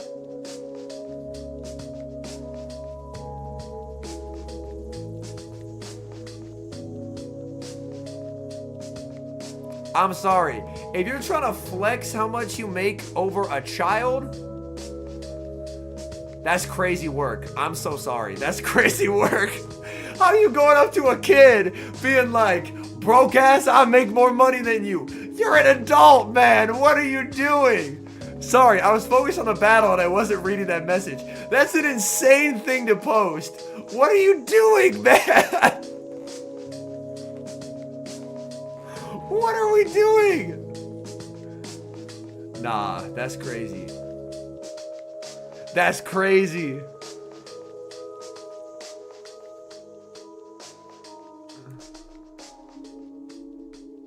Yo, hold on, Magnezone. How did I not realize there was a Magnezone here? Yo, based Magnezone enthusiast? We like Magnezone. Alright, here we go. Dunsparce into A/, Goodly for Tony. It is a regular zone, yes. We're gonna see a save switch into the Azu, answered with a bomb of snow. There will be a day 2 tomorrow, Lazy. The stream's probably gonna start later, but it will be. Cause I'm gonna have we're having like a friendsgiving tomorrow, basically.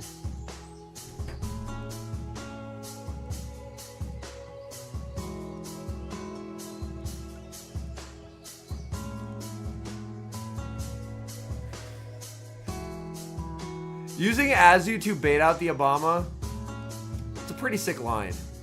It's a pretty sick line. Oh, he lets it. That right there wins Tony this game. That wins Tony this game right there. That is a good play by Tony. King Magikarp set the trap and he almost fell for it.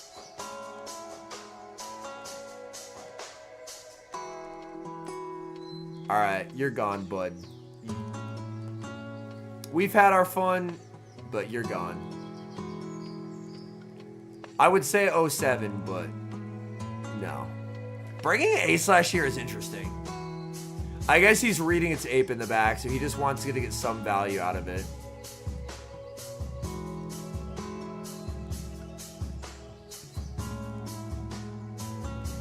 Catches a drill run, but I still think that Primeape just goes insane here. Like, these endgame situations where there's no fast move pressure, you just have to pray to God. Because, honestly, not even God is saving you from this boosted Primeape. Morpeko. Honestly, I like the fact that, like, I imagine Morpeko will be less common next season, Nathan. But yeah, it has been very common. I imagine it'll be less common next season, but yeah, now it's just like a Primeape slaughter.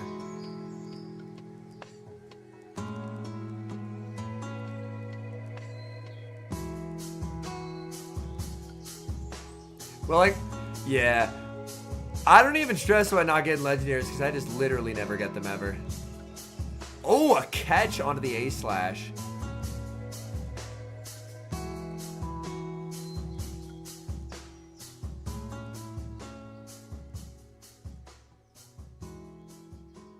Rage Fist's gonna get tweaked. I don't think it will, just because to me it feels balanced. Like, Primeape is very strong, but it's very glassy. Yeah, Legendary Rage did used to be very good. Oh, that's awesome, Haley. Yeah, it can be very beneficial. It can be very beneficial. Stack up on dust, encounters. Oh, Azu into Obama. And he's ABA. No! Yeah, this is over, folks. I'm sorry. This is over, folks.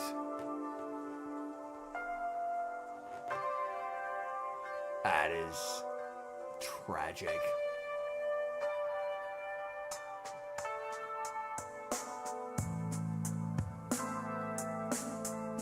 That is very unfortunate. Yeah, Primeape is going to go insane in the back.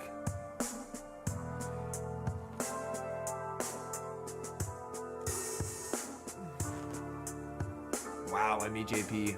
Blessed gamer right there. Holy. And he just pivot slash. I mean, you can bank a lot of energy and then go serve. Oh, timing mistake.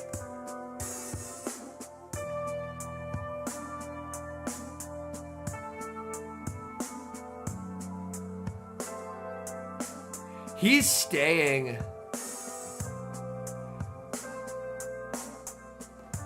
He knows what's back there. He's staying. He knows it's ape. Counter can't be restored if Rage Fist remains. It's just an impossibility. Annihilate with old counter and Rage Fist would be broken to a level that no Pokemon has ever been broken. It just physically cannot be done.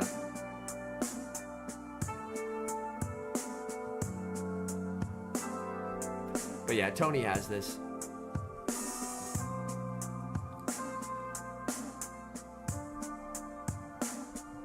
This was a really hellish matchup because it's always just going to be Primeape and the two things that beat Drifblim. Annihilate with old counter and current Rage Fist. Yeah.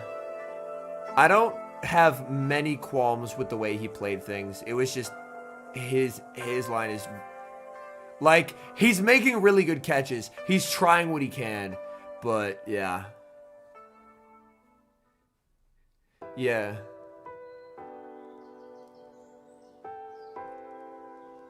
But, yeah, Primeape is just inevitable.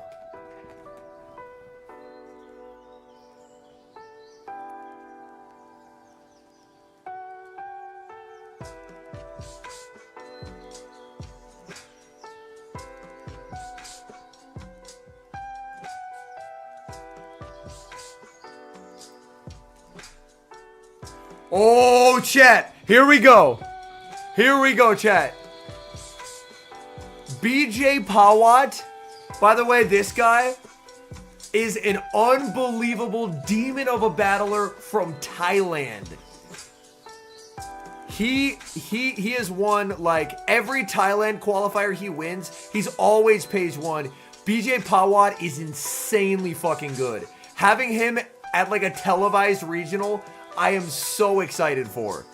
Yeah, BJ Pawat is an unbelievable demon at this game. And Mimikyu is very good as well. So this is going to be a hell of a matchup. But yeah, BJ Pawat, every time there's a Thailand qualifier, he just destroys the whole fucking thing. He's so good. So to have him at an actual streamed regional is a treat. I'm very excited. BJ Pawat is insane at this fucking game.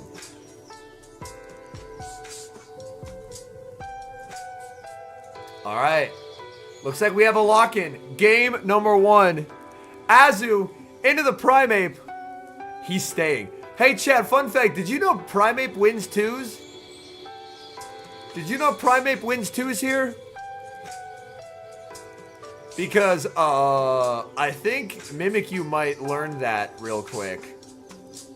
Like, this pacing is stupid. Who okayed this?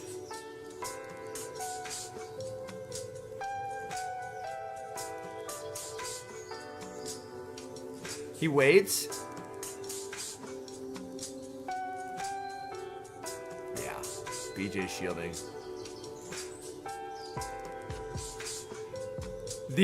Does he CC here? No, he's baiting.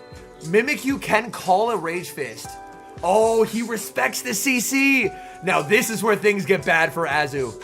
This is where things get very bad for Azu. Yeah, so as you see, like, the way Mimikyu's played it, he is going to lose 2s here. Because BJ now doubles up on Rage Fists, and the Rage Fist KOs. So the exact way Mimikyu played it, by shielding, respecting a potential CC, is how you lose the 2s. Now Mimikyu can't shield this, and it's a +4 Primeape. Nothing on his team wants to take this energy. I mean, he goes Malamar, but this is a +4 Rage Fist. Or +3. Maybe it's +3. No, it's +4 Rage Fist. So he has to shield it. And he goes Serp. Oh, man. He goes Serp, understanding he can't be triple weak in the back. That's such a good read. Again, I hope chat will forgive me for my continuous glazing of BJ Pawat, but he's a really fucking good battler. He's a really fucking good battler, man. That understanding right there of it's Azu lead. Azu loses to Superior. Malamar loses to Superior. He can't be triple weak to Superior, so I put the Superior on the Malamar. Game-winning line identification right there. Beautifully done. Beautifully done. So good. I will rightfully talk shit when people make mistakes, but I want to be as equally forceful when people do good. BJ played this literally perfectly. Just incredibly well played. Mimikyu doubles up on Tails, but it doesn't matter.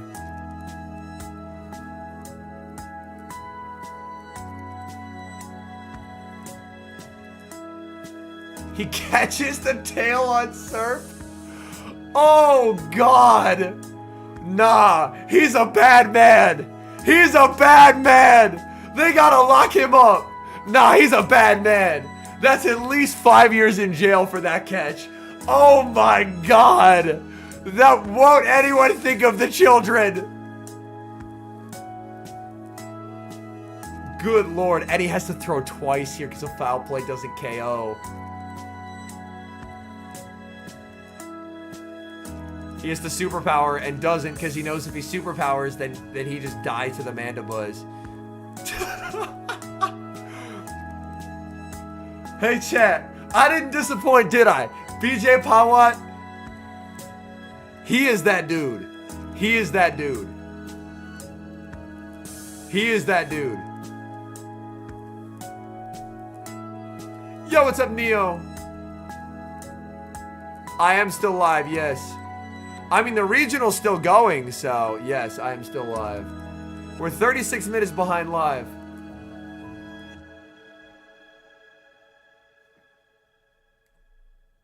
Mandy and a Drape. Uncomfortable lead. Ooh, that Dunsparce in the back is useless.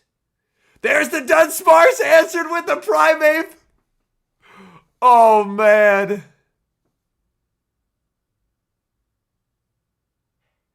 Double Drill Run here. This will be interesting. Drill Run does a lot. This matchup is a lot more playable for Sparse than versus the Annihilate because Drill Run actually does a lot. He undertaps it just to force the shield, which is genuinely a good play. Now this puts BJ a little bit on the back foot here. He is going to CC, so he will full send. And Mimikyu probably just calls this and just lets it go. But even Azur's going to take a lot of damage from this. Bang. Goodbye. Night, night. In comes... And now he gets the boost up and land a boost in CC. Dude, Primeape is so filthy. Primeape is so filthy, man. Boosted CC time. This is still like... It'll be an awkward game because Shadow Drapion Upper Shield is very strong. But look at the Primeape, man!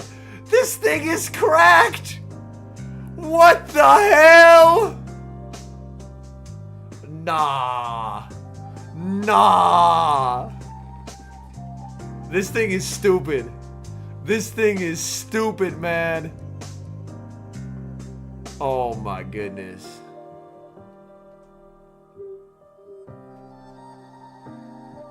Yeah.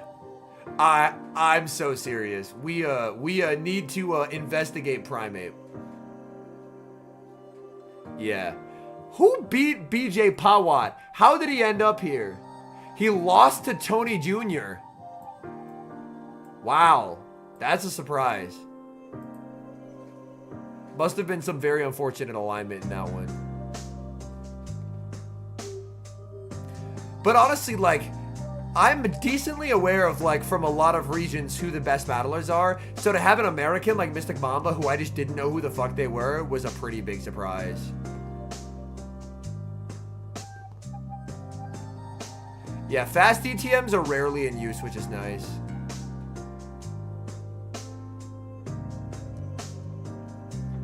Throws in the middle here. BJ thinking about it. He lets it go.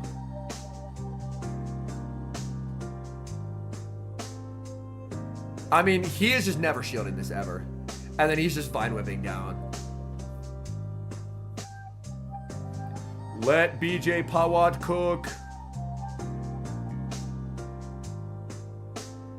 He gets an Aqua Tail. BJ knows if he shields this, he loses. So he's going to let it go. And he does! Oh, man! Oh, no! He knows the win con perfectly.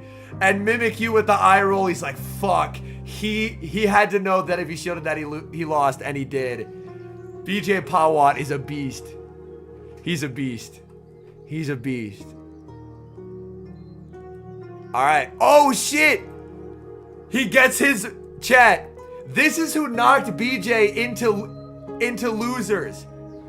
This is who knocked BJ into losers. Now he gets a rematch against him. He gets a rematch against him. Revenge tour. I'll be honest.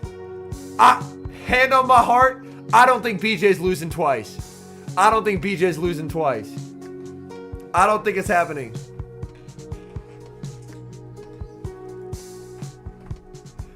They will write down like what lines people run, what potential lines they might want to run, stuff like that. Alright. Primeape versus Primeape. Let's go. Now we're fucking gaming. Tony wins cap. My Primeape, by the way, chat, is rank 1. I will lose every Primeape mirror. I will lose every Primeape mirror. He's hoping Tony lets it go. They have a team, like a factions team, called Cool Cats. Ooh, the catch on a Sparse. He saves the ape with energy. He saves the ape with energy. This is a wild catch, but he's doing what he can. He's saying, I think Primeape energy can sweep. I'm fine with that, Nick, yeah. Now, does he elect to shield here? He does, knowing he's super unlikely to bait. Now, Tony, I was going to say he should just go Malamar, but...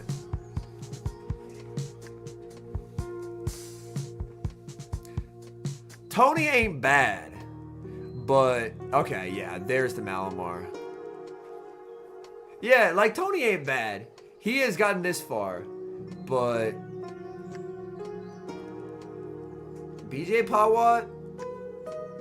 There are levels to this shit, chat.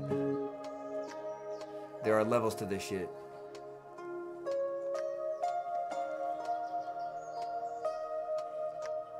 My hot take was that I thought Charm Whimsy would be interesting into this meta.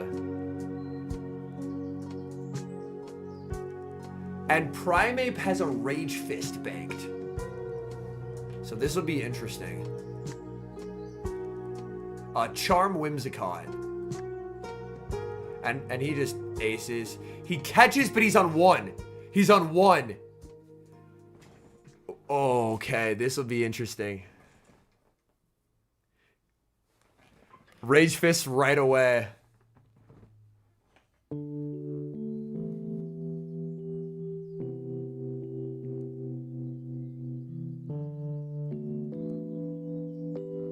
Cap tie. Yo, I am beginning to think that this Primeape Pokemon could be decent, chat. Please advise. Oh! He gets the farm down! Ah, Serp lives this. Serp lives this. Serp lives this. Serp lives this. It does? It does!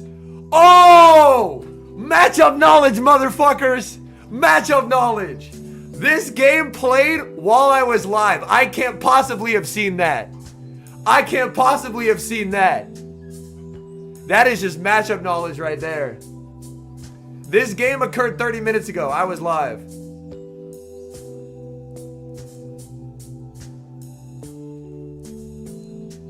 Does Superpower do more? I thought they did the same.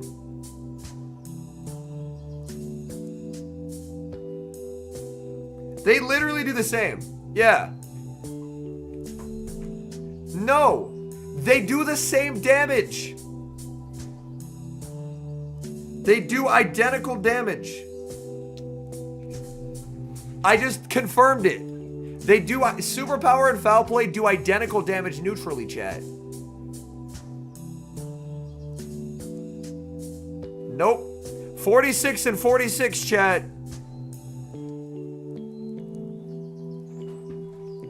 Yeah, Superpower is it is non-stab, but it's more powerful, so it about evens out.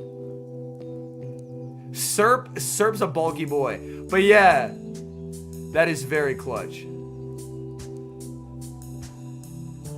MVJP is on his gaslighting arc. Yo, ape into ape again? Oh, but there's Claude in the back this time.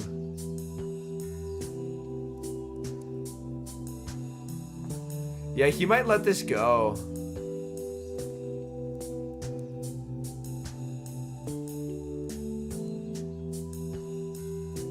Is awkward.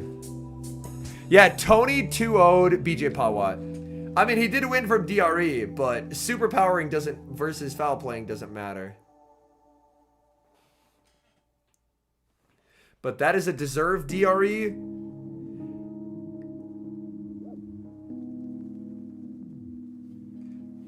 When has someone from Thailand ever gotten DRE? The answer is never, so deserve DRE. But yeah, Claude Farm here is just winning for Tony. Superpower, sorry, Close Combat does do more here, so this is the right move to go for. Close Combat does more, like a lot more than a Rage Fist. Like, look at that shit, bro. Tell me Primeape isn't the GOAT. You can't. But yeah, this is just 1-1. This is just 1-1.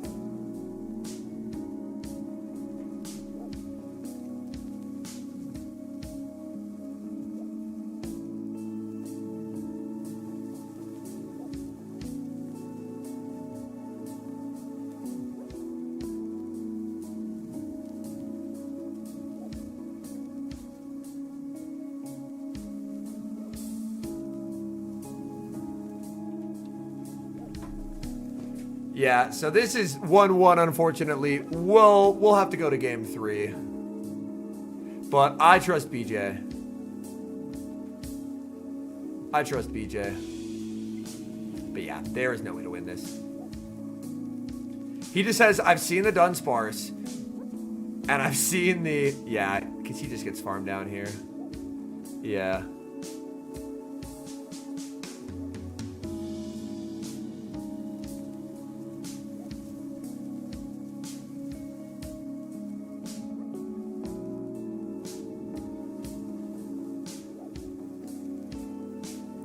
They're chatting about it at least, but yeah, we're done here. All right. No replays here. Oh, Gator into Abomasnow. Low-key, this matchup sucks as Abomasnow. Abomasnow is actually trash here. Abomasnow is actually trash here. This matchup right here is why you will not catch me running Abomasnow. This matchup is trash for Abomasnow. It's so bad. Abomasnow gets absolutely daddied in this matchup. Yo, what's up, Baron? Welcome in. This matchup is horrifyingly bad. And he capitalized on an Icy. Oh, man. So he has to let it go. Ice Beam KOs. That's like a full health Gator. In comes Mala, and we're done here, folks. Yeah. That right there is why people don't respect Abomasnow. That right there is why people do not respect Abomasnow. The shield happened. Good game trainer. So you're going to see BJ completely let this go. Superior this, and then ape versus ape. CC everything. No. It is literally impossible for BJ to lose this. It's over.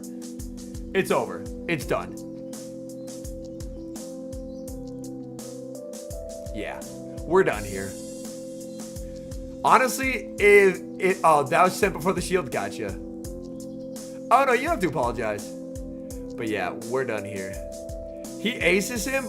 This is just a mistake. Frenzy does more, but... I mean, it doesn't matter. This endgame is unlosable.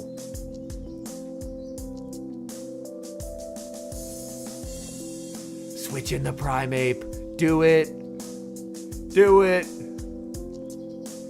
It's Primeape time.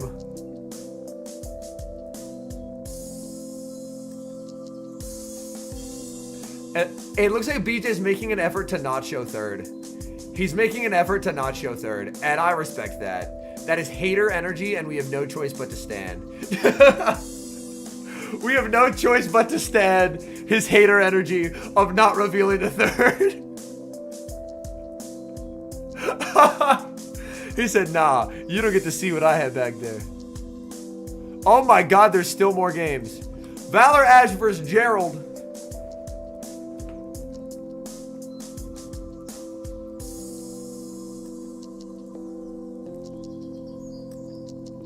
Yeah, Abomasnow will always be fraudulent.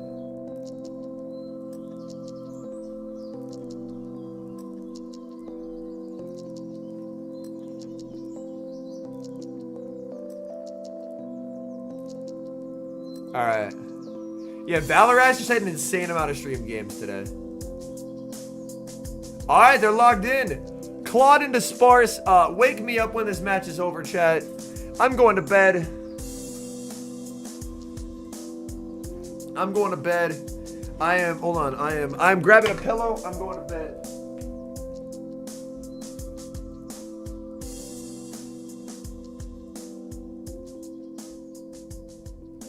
I have a pillow. I have a pillow. Y'all thought it was a bit. No, it's not a bit. It's not a fucking bit. I have a pillow. I'm going to bed. Night, night. We fallen asleep out here because of Dunsparce and Clodsire. And it's just a bit with props. You're correct. You are goddamn correct. It is a bit with props. You are absolutely right. Alright. Oh boy, and he has Gastro, so he needs fucking Switch. Gastro, the RPS merchant. Desperately needing Switch advantage. Oh boy. Gerald. Gerald, no! Yo, what up, Zare? He gave up Switch against a Gastrodon player? How could you do this? How could you do this? He wanted to catch, he got one turn bring in, but realistically, it's not gonna matter. Haley says, DoorDash that man some wine. Some wine would absolutely heal me right now. I'm so serious. But yeah, this is already over immediately. Yeah, we're done here, folks.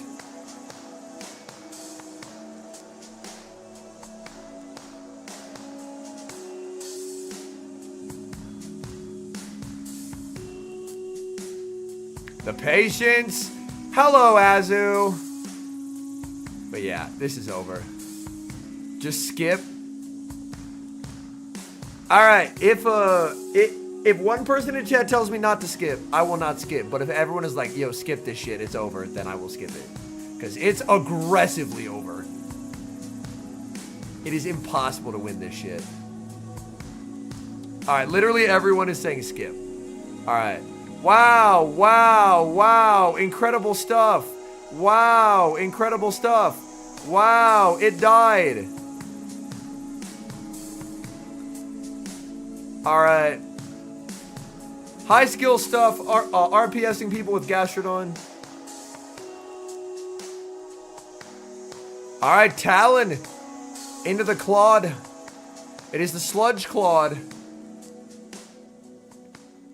Yeah, like, the only Mud Slapper I have an issue with is Gastro. By doing this, he goes over 100 though, which is not great.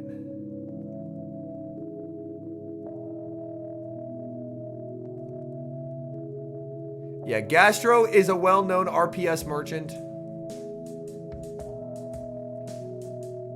Calls a bait, that's nice.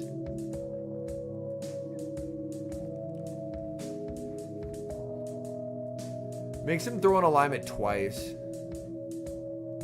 Left phone syndrome.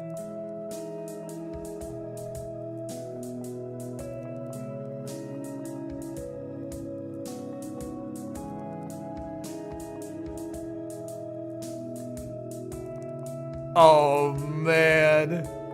And it's Gastroing back again. That's the #1 rule. People run ABA to Gastro.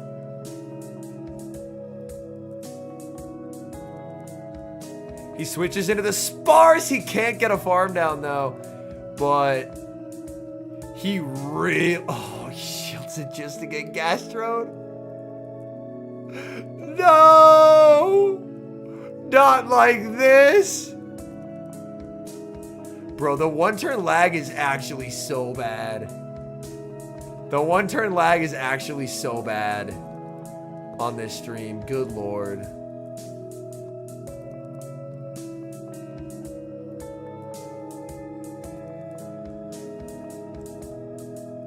I mean, I was running Skarmory Gastro.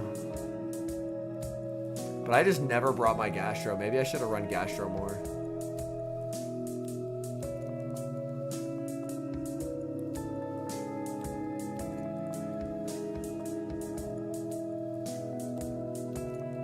I mean, it's Sludge. Sludge is neutral enough. But yeah, Claude versus Mandy is extreme resident sleeper hours. Again, I brought this pillow so I can go to bed and just nap rather than have to sit through Claude versus Mandy.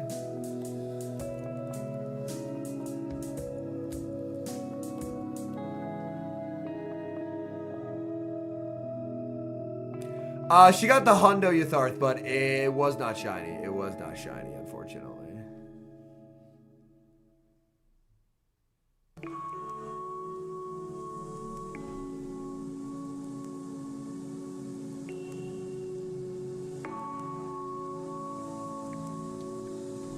Mighty Pokemon shiny boosted? I don't know.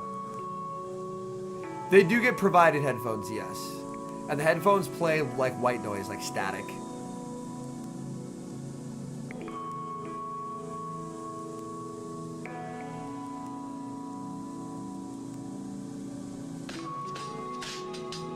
Easy, Mandy, live.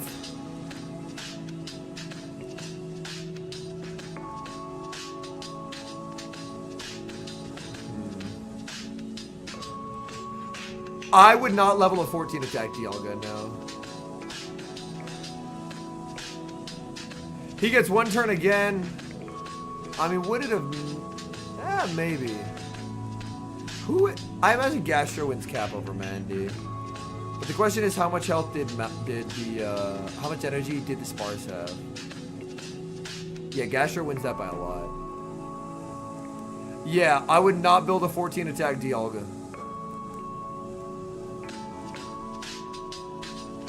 They're probably gonna... I was gonna say, are they gonna match under review it? But they didn't, no.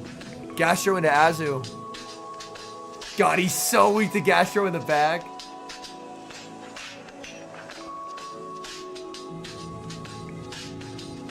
I don't know that, Flamespin.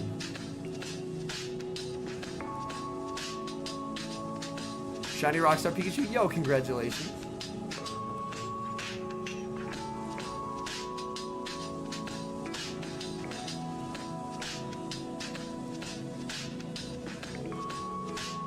That's tough. Realistically, with how Niantic is, I don't think they'll ever let us TM. Maybe I'm wrong. But the cynic in me says they won't.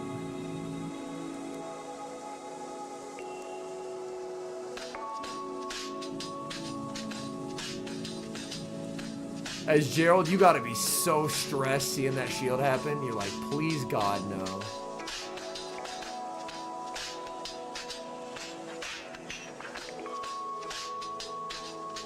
Because you have to go Sparse here. Him bringing Sparse in, you kind of know the third. That tells you what you need to know. He now knows it's Claude. Honestly, wouldn't hate a pivot here. I don't like staying there by Valor Ash.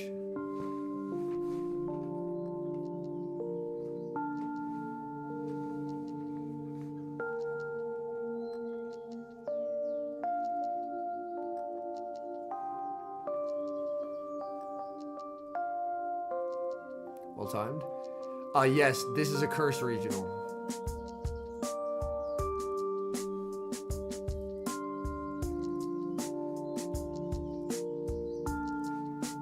We saw a regular Sableye. We saw a lot of wacky shit. We saw a Shadow Piloswine, a Shadow Bayleaf. NTC lost round 2.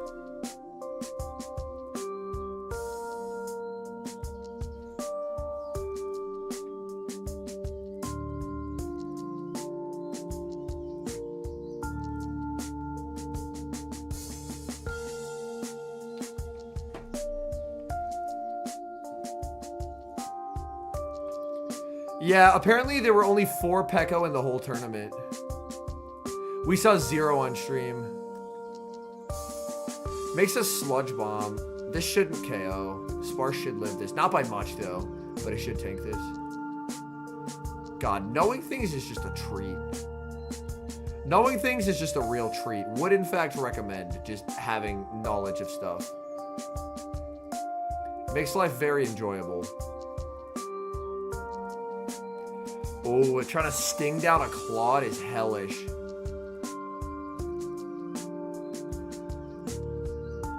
No more Peko Day 2. We literally haven't even seen any on stream. If I'm Gerald, I am not worried about taking this move. Oh, but I guess he's out of Quake range, so he wins anyway. I was going to say, taking the move is fine if you can just double up on sludges, which he could have. That would have been the more straightforward win con. But this won't KO. He's saying please, but it shouldn't KO. Yeah. GG. Alright, Gerald to day 2.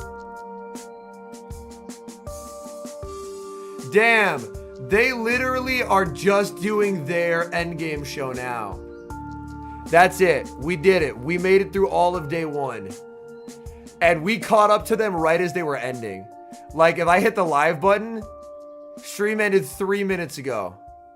That's crazy. Literally timed that shit perfectly. Let's go. Alright, chat. We're going to be doing a stream of this tomorrow.